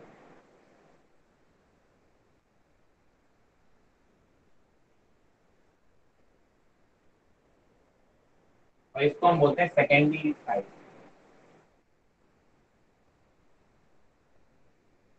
ठीक है, यहाँ पे जो नंबर ऑफ टर्न्स होंगे उनको हम बोलेंगे एनटी, और यहाँ पे जो नंबर ऑफ टर्न्स है तो हम बोलेंगे एन।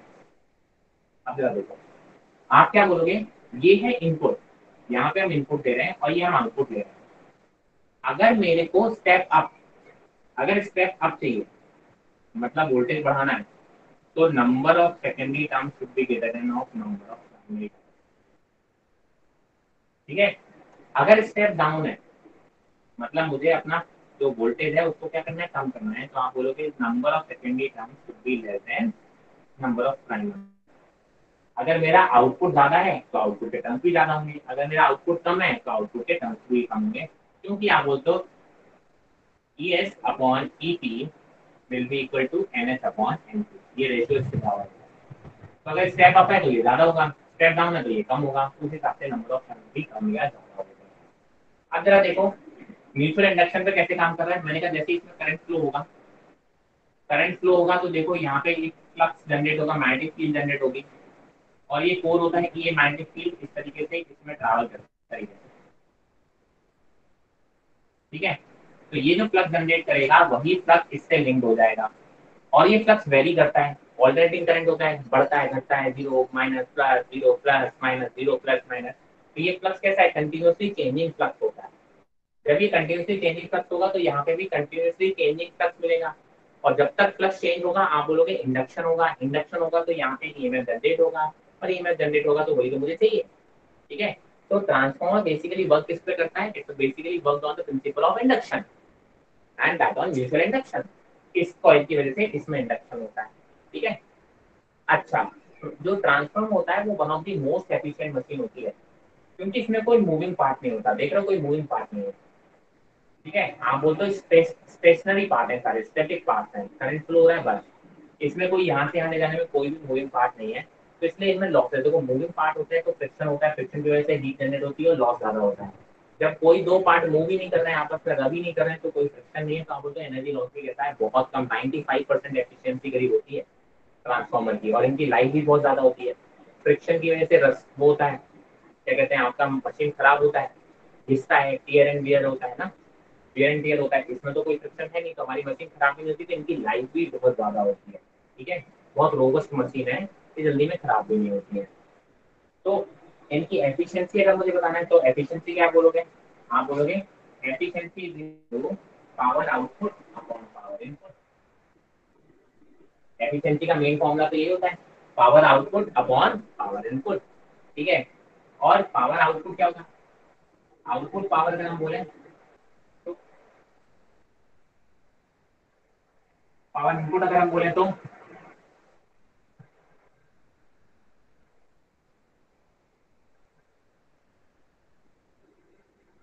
करेक्ट, आउटपुट पावर क्या होगा, V into I on the output side, इसलिए इसको ES बोल दो।